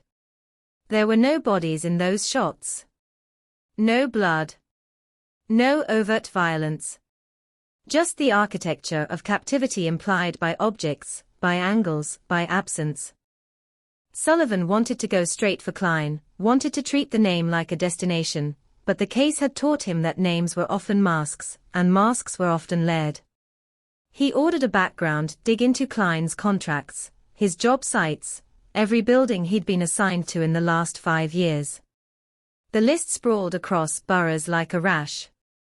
He had access to basements, utility rooms, storage corridors, security closets. He had reasons to be anywhere and nowhere. He could walk into a lobby with a tool bag and a cap and be invisible. And the worst part was how familiar that invisibility now felt, like the city had been designed for it. They cross-referenced the job site list with missing person reports, trying not to fall into pattern madness, but the results came back with 3 cases that made the room go quiet again, women who'd vanished briefly and returned with no memory, men who'd reported being followed and later found themselves missing hours of time, a woman in Brooklyn who'd found a photograph of herself asleep on her own kitchen table, and moved out the next day without telling anyone where she went. The threads weren't proof, but they sang the same tune. They raided Klein's storage units next, because people like this always have compartments, physical ones, mental ones, places to hide the parts of themselves they can't parade. They found 2 in his name, both rented under variations of spelling, both paid with money orders. One was filled with equipment, camera lenses, tripods, flash units, rolls of duct tape still sealed, zip ties, a portable hard drive labeled with nothing. The other was almost empty, but on the back wall, nailed up, was a row of frames, empty frames, hung at eye level like placeholders for future trophies. Beneath them, written in black marker, were dates. Not all of them. Not a full confession. Just a sequence of years. 2006, 2008, 2010, 2013. Under 2008, a single name, Lena. Sullivan stared at it until his eyes burned, because there it was, the confirmation in the handwriting of someone who thought he was untouchable. And beside the frames, on the floor, was a small pile of photographs turned face down, like someone had left in a hurry and didn't want to look at them anymore. Sullivan flipped them over one by one, each image a punch: strangers, streets, stolen moments. Then a final photo, different from the rest, shot in a confined space, the same bare bulb light, Lena's face partially visible at the edge, eyes turned away, and in the center of the frame, a handwritten sign held up by a male hand, still looking. The question wasn't just taunting. It was control. It was the predator speaking through paper, through light, through the same medium Lena had loved. Outside the storage facility, the wind cut coal through coats, and Sullivan felt the city's vastness pressing in, because now they had a suspect-shaped silhouette with a plausible job and a trail of images, but they still didn't have Lena. They didn't have her location. They didn't have her fate. They had a room in photographs and a name on a wall, and the rest was still darkness. And darkness in New York isn't empty. Darkness is full. It's full of basements nobody visits, service corridors nobody maps, abandoned spaces repurposed by people with imagination and malice. The investigation surged forward with warrants and raids and press conferences that tried to look confident, but beneath the official voice was the raw panic of a team realizing they might be chasing a man who'd been rehearsing invisibility for years. And somewhere, maybe, Lena Hart, photo editor, careful eyes, the woman who circled a stranger in her own images until the circle became a warning, had been turned into the most haunting frame of all. A life suspended between evidence and absence, a face that kept appearing just long enough to prove the nightmare was real, then vanishing again before anyone could reach through the glass. New York had a way of turning certainty into vapor the moment you tried to hold it, and yet Sullivan clung to the name Ethan Klein like it was a handle on a moving train, because the alternative was drifting again into that endless sea of maybes where predators thrive. The press didn't need the full story to smell blood. All they needed was a suspect-shaped headline, and by the time the first camera crews clustered outside the precinct doors, microphones pointed like weapons, the city had already begun whispering his name in barbershops and elevators, the way it always does when fear needs a face. Sullivan refused to give it to them. He spoke in clipped phrases, tight jaw, eyes that didn't blink enough, promising progress without feeding the monster, because he'd learned something ugly in the last months. Attention was currency, and someone out there was spending it with surgical precision. The warrants multiplied. Teams fanned out. Klein's work history turned into a map of access points, security closets, maintenance corridors, rooftop hatches, basement doors that shouldn't have opened but did, and every dot on that map felt like a place where a person could be swallowed without the street ever noticing the pause. The first priority was simple: find him before he found the next frame, because the images weren't just evidence, they were appetite. They hit the addresses tied to Klein's contracts like a drumbeat, one building after another, doorbells at dawn, managers blinking in bathrobes, maintenance staff watching their own keys with sudden suspicion. In an office tower near Midtown, a supervisor admitted Klein had once requested a copy of the master access card for testing, signed the log, returned a card that looked identical, and nobody questioned it because the city runs on trust disguised as paperwork. In a residential building in Tribeca, a tenant remembered a camera guy fixing a lobby feed late at night, cap pulled low, tool bag open like a magician's case, and afterward the feed had a gap. 6 minutes of blackness, chalked up to a reboot. In a warehouse in Brooklyn, a security guard said Klein used to linger after finishing jobs, asking casual questions about blind spots, about which cameras were real and which ones were just deterrents. The guard had laughed then. He didn't laugh now. Each interview tightened the case into a portrait of competence, and competence, in the wrong hands, is a form of predation the law struggles to name. The next step was money. People like this leave fingerprints in finances even when they think they're invisible. Analysts combed through bank records and found almost nothing, no credit cards, no mortgages, no predictable bills. A life built to be light. But there were money orders, scattered, purchased in small amounts at check cashing stores, paid to storage facilities, paid to P.O. boxes, paid to a handful of utilities under slightly altered names. It wasn't a fortune. It didn't need to be. It was infrastructure. A life engineered to slip. One P.O. box address led them to a post office in Long Island City.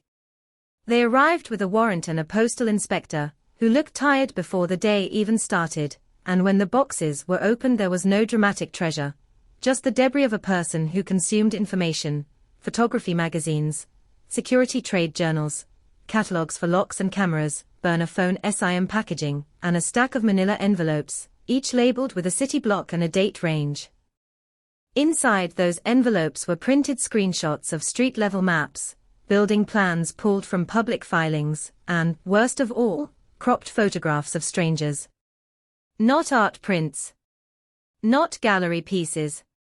Surveillance captures, annotated in pen with notes like route, shift change, stairwell, quiet, late. It wasn't a scrapbook. It was a schedule. Sullivan stood over the evidence table and felt the case become less about Lena and more about the shape of a mind that treated human lives like logistics.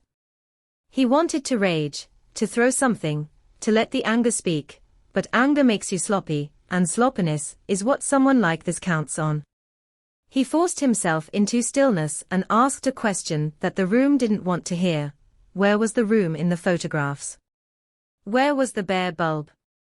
Where was the wall of frames?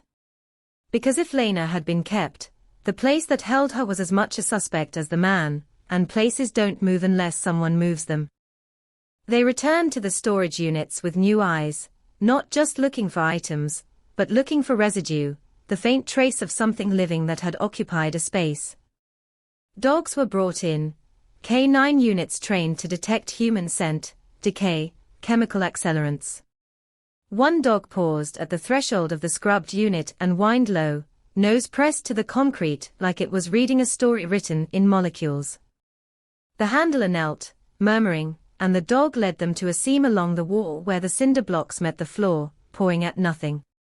Investigators pried at it and found a hairline crack, a concealed panel of newer cement patch. Behind it, a narrow cavity. Inside the cavity, wrapped in plastic, was a cheap flip phone. Dead battery. No SIM. But on the internal memory were 3 photos and a single voice memo. The photos were the same room again, bulb, chair, frames, but the angle was wider, showing a door painted industrial gray with a keypad lock. On the wall beside it was a sign with faded letters, authorized personnel only. The voice memo was 20 seconds of muffled sound, recorded accidentally or deliberately, and it held something that made the text face drain, a woman's breathing, steady, controlled, and then a soft, broken whisper that sounded like Lena saying, "I'm still here." The audio wasn't clean enough to prove identity in court, but it was clean enough to ignite the case like gasoline. That night, the city got a new wave of fear. Not the abstract fear of missing, but the sharp fear of held. Held means cages. Held means basements. Held means the walls of your own building might have rooms you've never seen. People stared at their ceiling vents. People double-locked doors and wondered if locks were just polite suggestions. Tips flooded in. Some were delusions. Some were cruelty. Some were desperate attempts to matter. But among the chaos, one call came in that hit Sullivan like an electrical shock. A man reporting a scream he'd heard months ago, late at night, near an industrial building by the East River, the same strip where Lena's phone had pinged. He said he'd dismissed it as a fight, as city noise, but the scream had been short, cut off fast, like a hand over a mouth. He remembered a detail that felt too specific to be invented. After the scream, he'd heard a sound like picture frames clinking together, glass tapping glass, as if someone had knocked into a wall of them. Sullivan didn't smile at the coincidence. Coincidences are how predators survive. He took the address and moved. The building was a squat brick structure squeezed between a fencing company and a tire yard, the kind of place you pass in a cab without ever registering. Its windows were high and grimy, some boarded, some cracked. A chain-link gate blocked the front lot, padlocked, and the padlock looked new. New locks mean someone cares. The team approached with flashlights and weapons, breath visible in the cold, boots crunching gravel that sounded too loud in the quiet. They cut the lock and stepped inside. The air smelled of old rubber and damp cardboard. Puddles reflected their beams like black mirrors. The interior was worse, an open floor scattered with debris, broken pallets, discarded machine parts, graffiti layered over graffiti like years of boredom. It looked abandoned. Abandoned is what every trap looks like until you fall into it. They found a stairwell leading down. The steps were concrete, slick with moisture, and the deeper they went, the more the air changed, heavier, warmer, as if the basement exhaled. At the bottom was a corridor lined with metal doors, some chained, some hanging ajar. Sullivan's flashlight swept over faded signs on the walls, electrical, boiler, storage, and his skin prickled, because every label felt like camouflage, a way to make you stop looking. They moved door to door, opening, checking, clearing. Rats skittered in the beams. Water dripped somewhere unseen. Then they reached a door with no label. The paint was newer. The keypad was newer. The frame had scratch marks, like something had been shoved through too many times. Sullivan raised his hand, signaled, and the team stacked up. They didn't breach immediately. They listened. Silence. The kind of silence that isn't empty, that feels like it's listening back. The lock was electronic, but the keypad wasn't connected to power, no lights, no beep. Someone had killed the feed. They tried the handle. It didn't budge. The hinges were reinforced.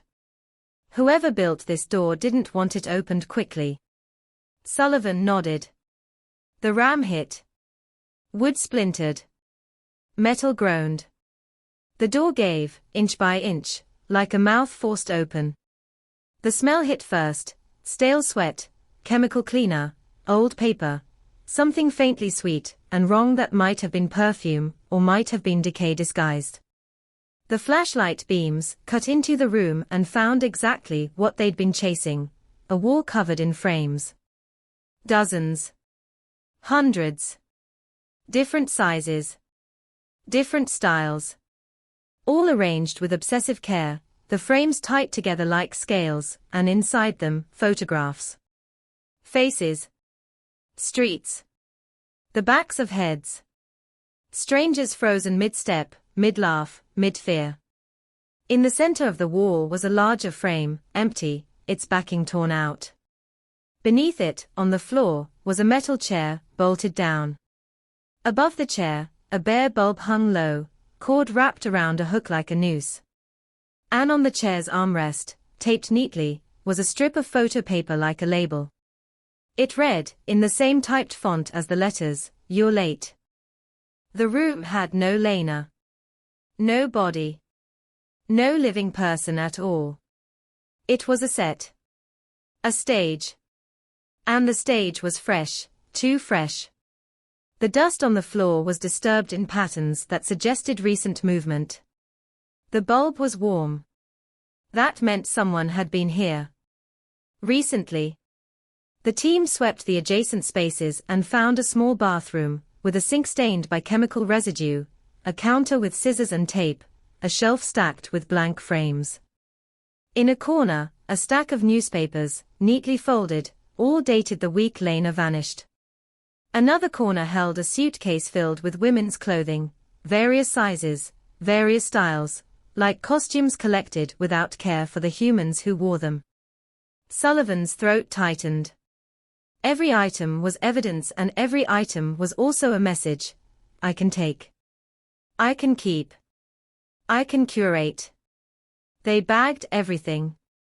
They photographed the wall until the flash made the room look like lightning. And still the most important thing, the thing with a heartbeat, was absent. Then they found the exit they hadn't seen at first, a service hatch behind a shelf, disguised by frames hung over it. The hatch led into a narrow maintenance tunnel, crawling height, lined with pipes and coated in dust. It ran under the building and toward the street, an artery of concealment.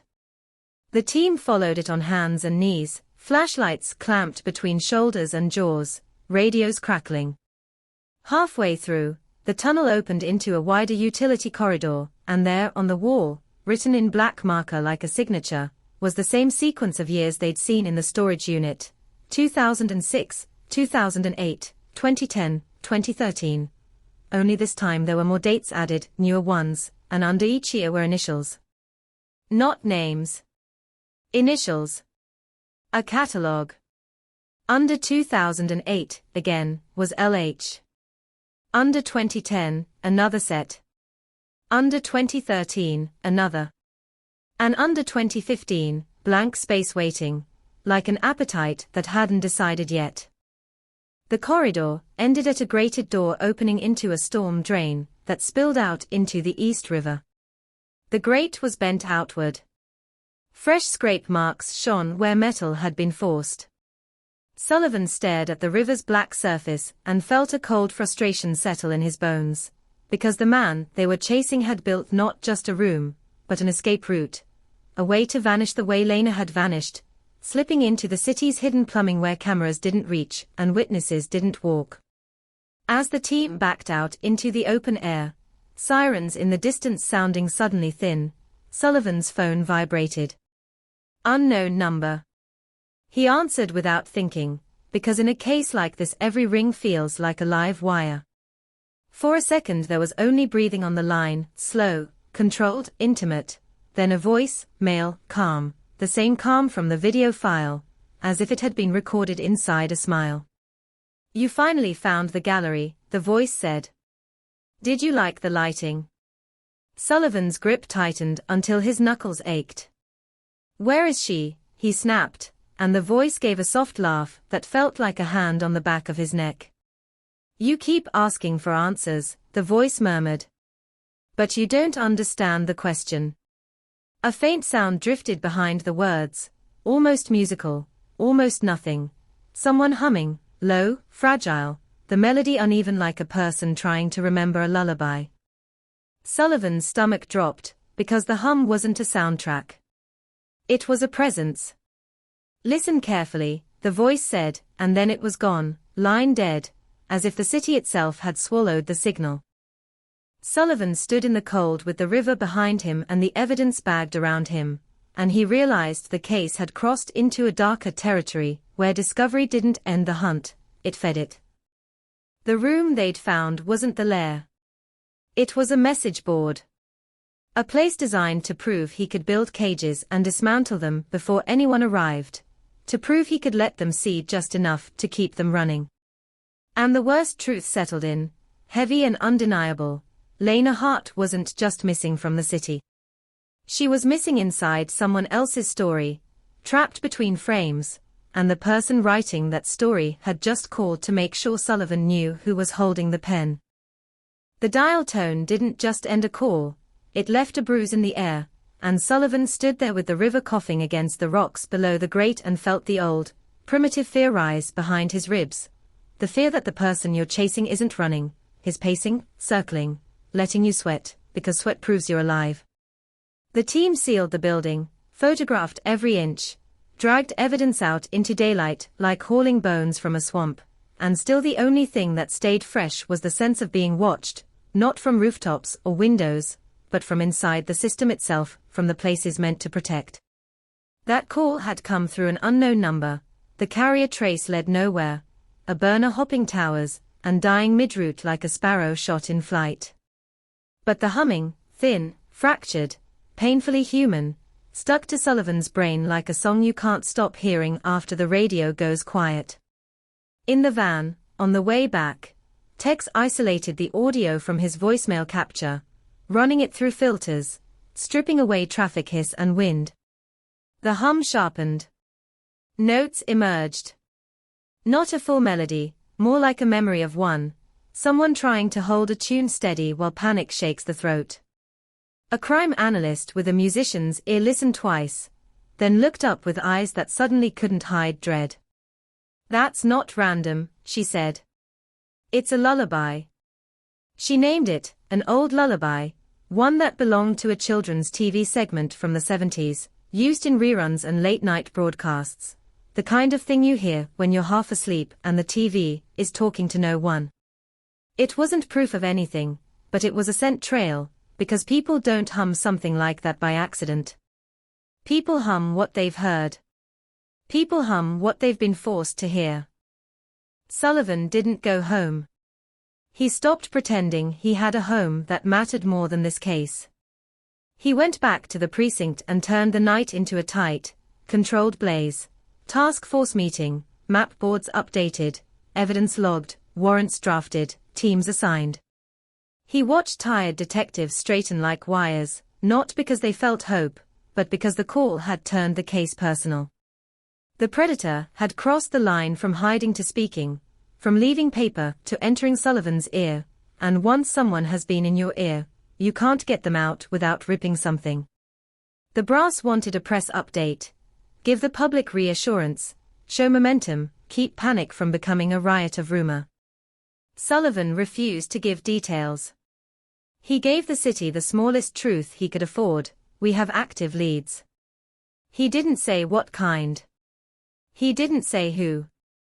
He didn't say the man had called to congratulate them for finding a room full of frames like a shrine.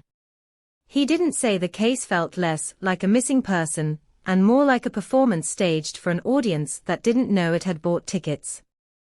By morning, New York had done what it always does with fear: it repackaged it into talk. Radio hosts speculated. Tabloids screamed. Photo predator. The frame man.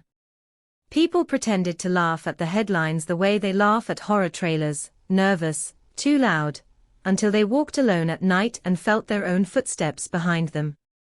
Nora Kim stopped answering unknown calls. Lena's mother stopped sleeping altogether. The city kept sending tips, and most of them were useless. A man in a cap seen near a park, a suspicious van, a shadow in a stairwell. Caps were everywhere. Shadows were New York's native language. The case threatened to drown in its own scale, and scale is how monsters hide, by becoming indistinguishable from the environment. Sullivan tried to force the environment to speak.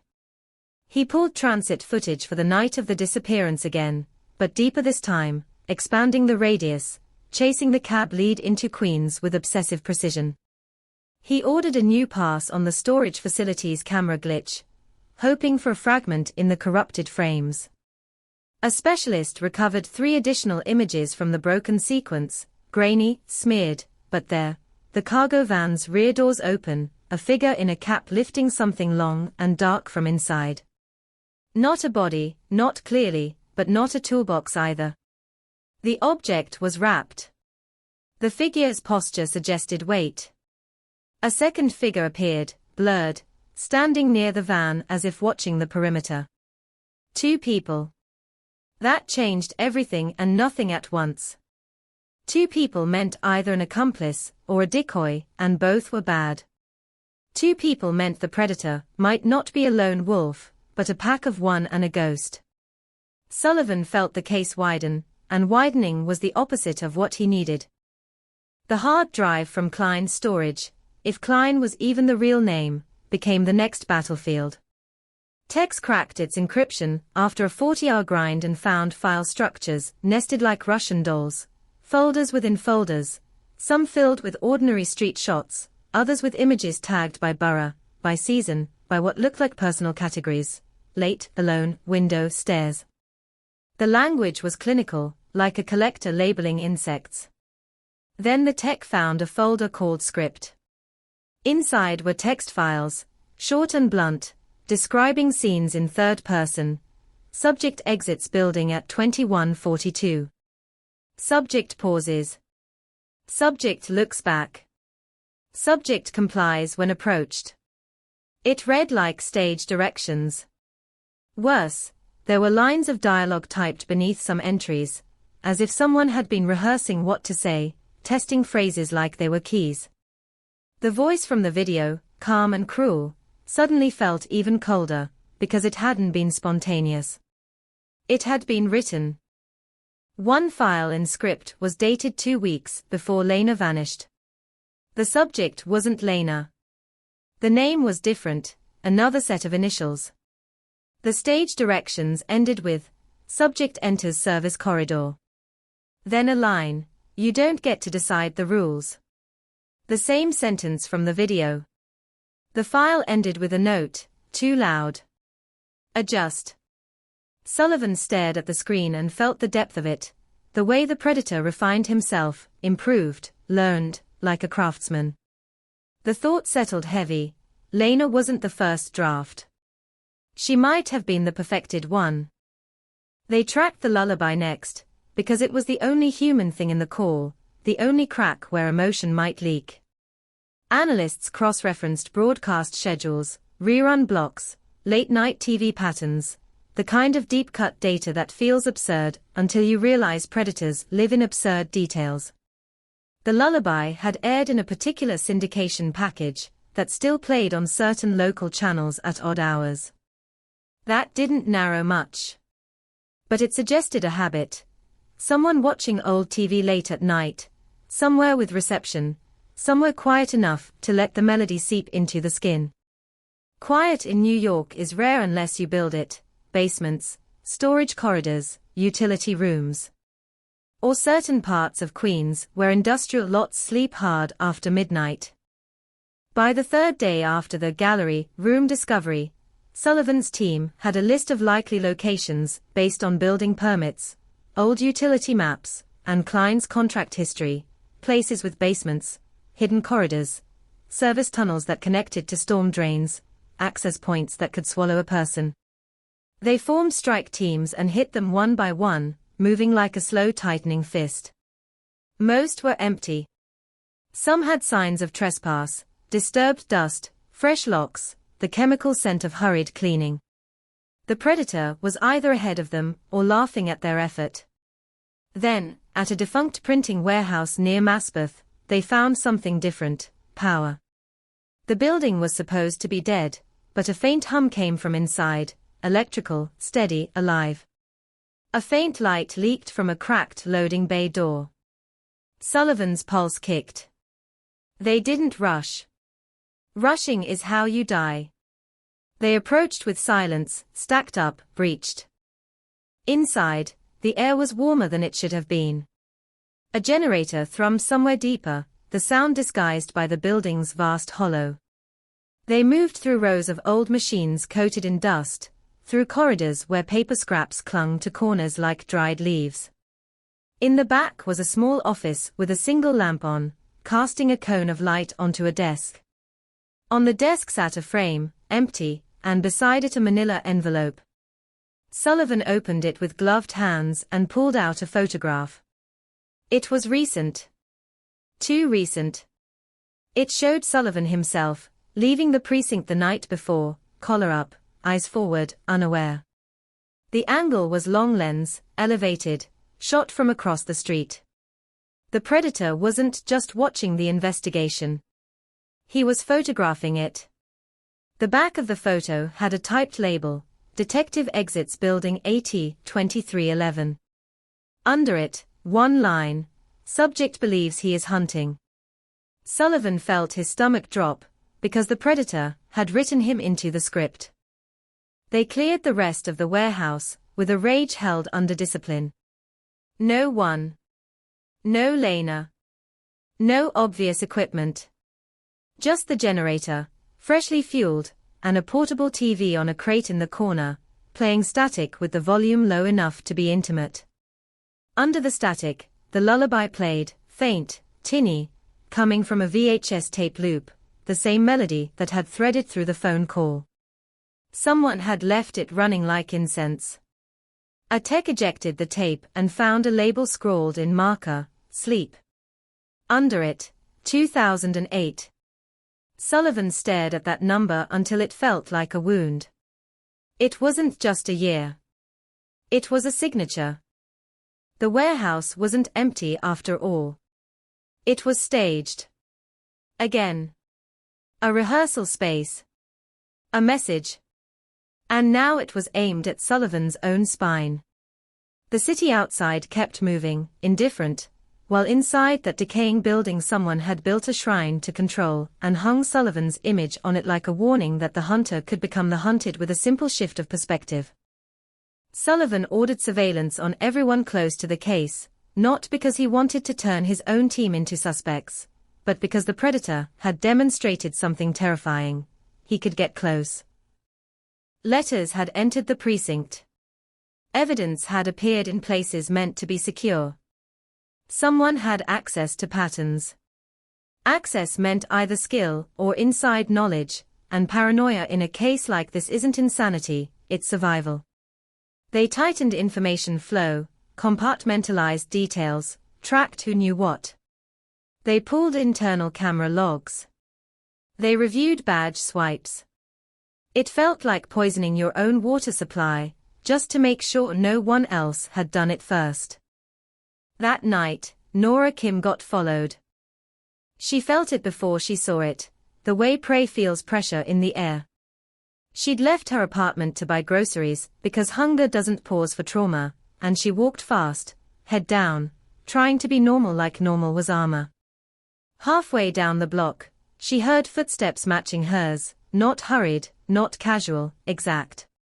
She glanced at a storefront reflection and saw a cap behind her, black, unbranded, floating above shoulders like a familiar nightmare. She didn't run. Running makes you predictable. She ducked into a deli and stood between aisles of cereal, pretending to read labels while her heart hammered loud enough to drown out the radio. The cab entered behind her. The man didn't approach. He simply stood near the drinks, looking at the glass door as if he could see through it into her fear. Nora's hands shook so hard the cereal box rattled. She called Sullivan from inside the deli, whispering, "He's here." Sullivan's voice snapped sharp, "Stay where there are people. Don't go outside. Don't leave the camera line." Camera line. Nora looked up and saw the deli's ceiling camera, old, dusty, angled wrong. She realized the predator would choose places where cameras existed but didn't matter. When the patrol car arrived, lights off, quiet approach, the cap was gone. The clerk insisted no one suspicious had been there, because the clerk had a line of customers and fear makes faces blur. Outside, the sidewalk was empty. But taped to the deli's front window, right beside a flyer with Lena's face that had been fading for months, was a new photograph. Nora hadn't noticed it when she entered. It had appeared while she was inside. The photograph showed Nora in the deli aisle, hands on a cereal box, eyes wide, caught in the act of trying not to panic. The angle was impossible unless the photographer had been inside the store, close, invisible, or unless the camera itself had been hijacked and turned into his lens. On the back was a typed caption, "She remembers." Under it, "Do you?" Nora's knees almost buckled. Sullivan arrived and ripped the photo down, so hard the tape left a scar on the glass. He didn't comfort her with easy lies. Easy lies are another form of abandonment. He looked at her and said, "He wants you to move. Because movement is where people vanish. Stillness is where you can be found." He put her under protective detail, 2 officers outside her door, 1 inside her apartment, but even as he did it he knew the truth. Protection is a promise the city struggles to keep when the threat understands the city's blind spots better than the people guarding it. Later, alone for a moment, Sullivan stared at the wall of the task force room where Lena's face still hung among maps and photos and dates, and he felt the case slipping into a new shape, one where the predator wasn't just a man in a cap, but an idea. An idea about visibility and control, about turning human life into curated frames. Lena had seen him. That had been her mistake and her courage. She'd circled him in pixels, because she believed exposure was power. But exposure had made him stronger. It had made him playful. It had made him speak.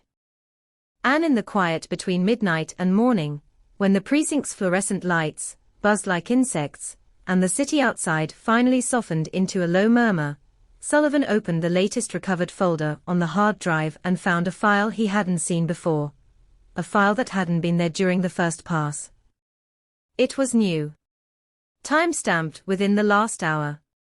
Which meant the drive hadn't just been storage, it had been a conduit, updated remotely, alive, watching the watchers. The file name was simple, Parts. Inside was a single image, an empty frame, photographed close-up, the wood grain sharp, the glass clean, the frame waiting. And in the reflection of that glass was a woman's eye, wide, exhausted, unmistakably Lena's, staring out from darkness, as if the frame itself had become a window. Beneath the image, typed in the same sterile font, was one line that didn't ask and didn't taunt.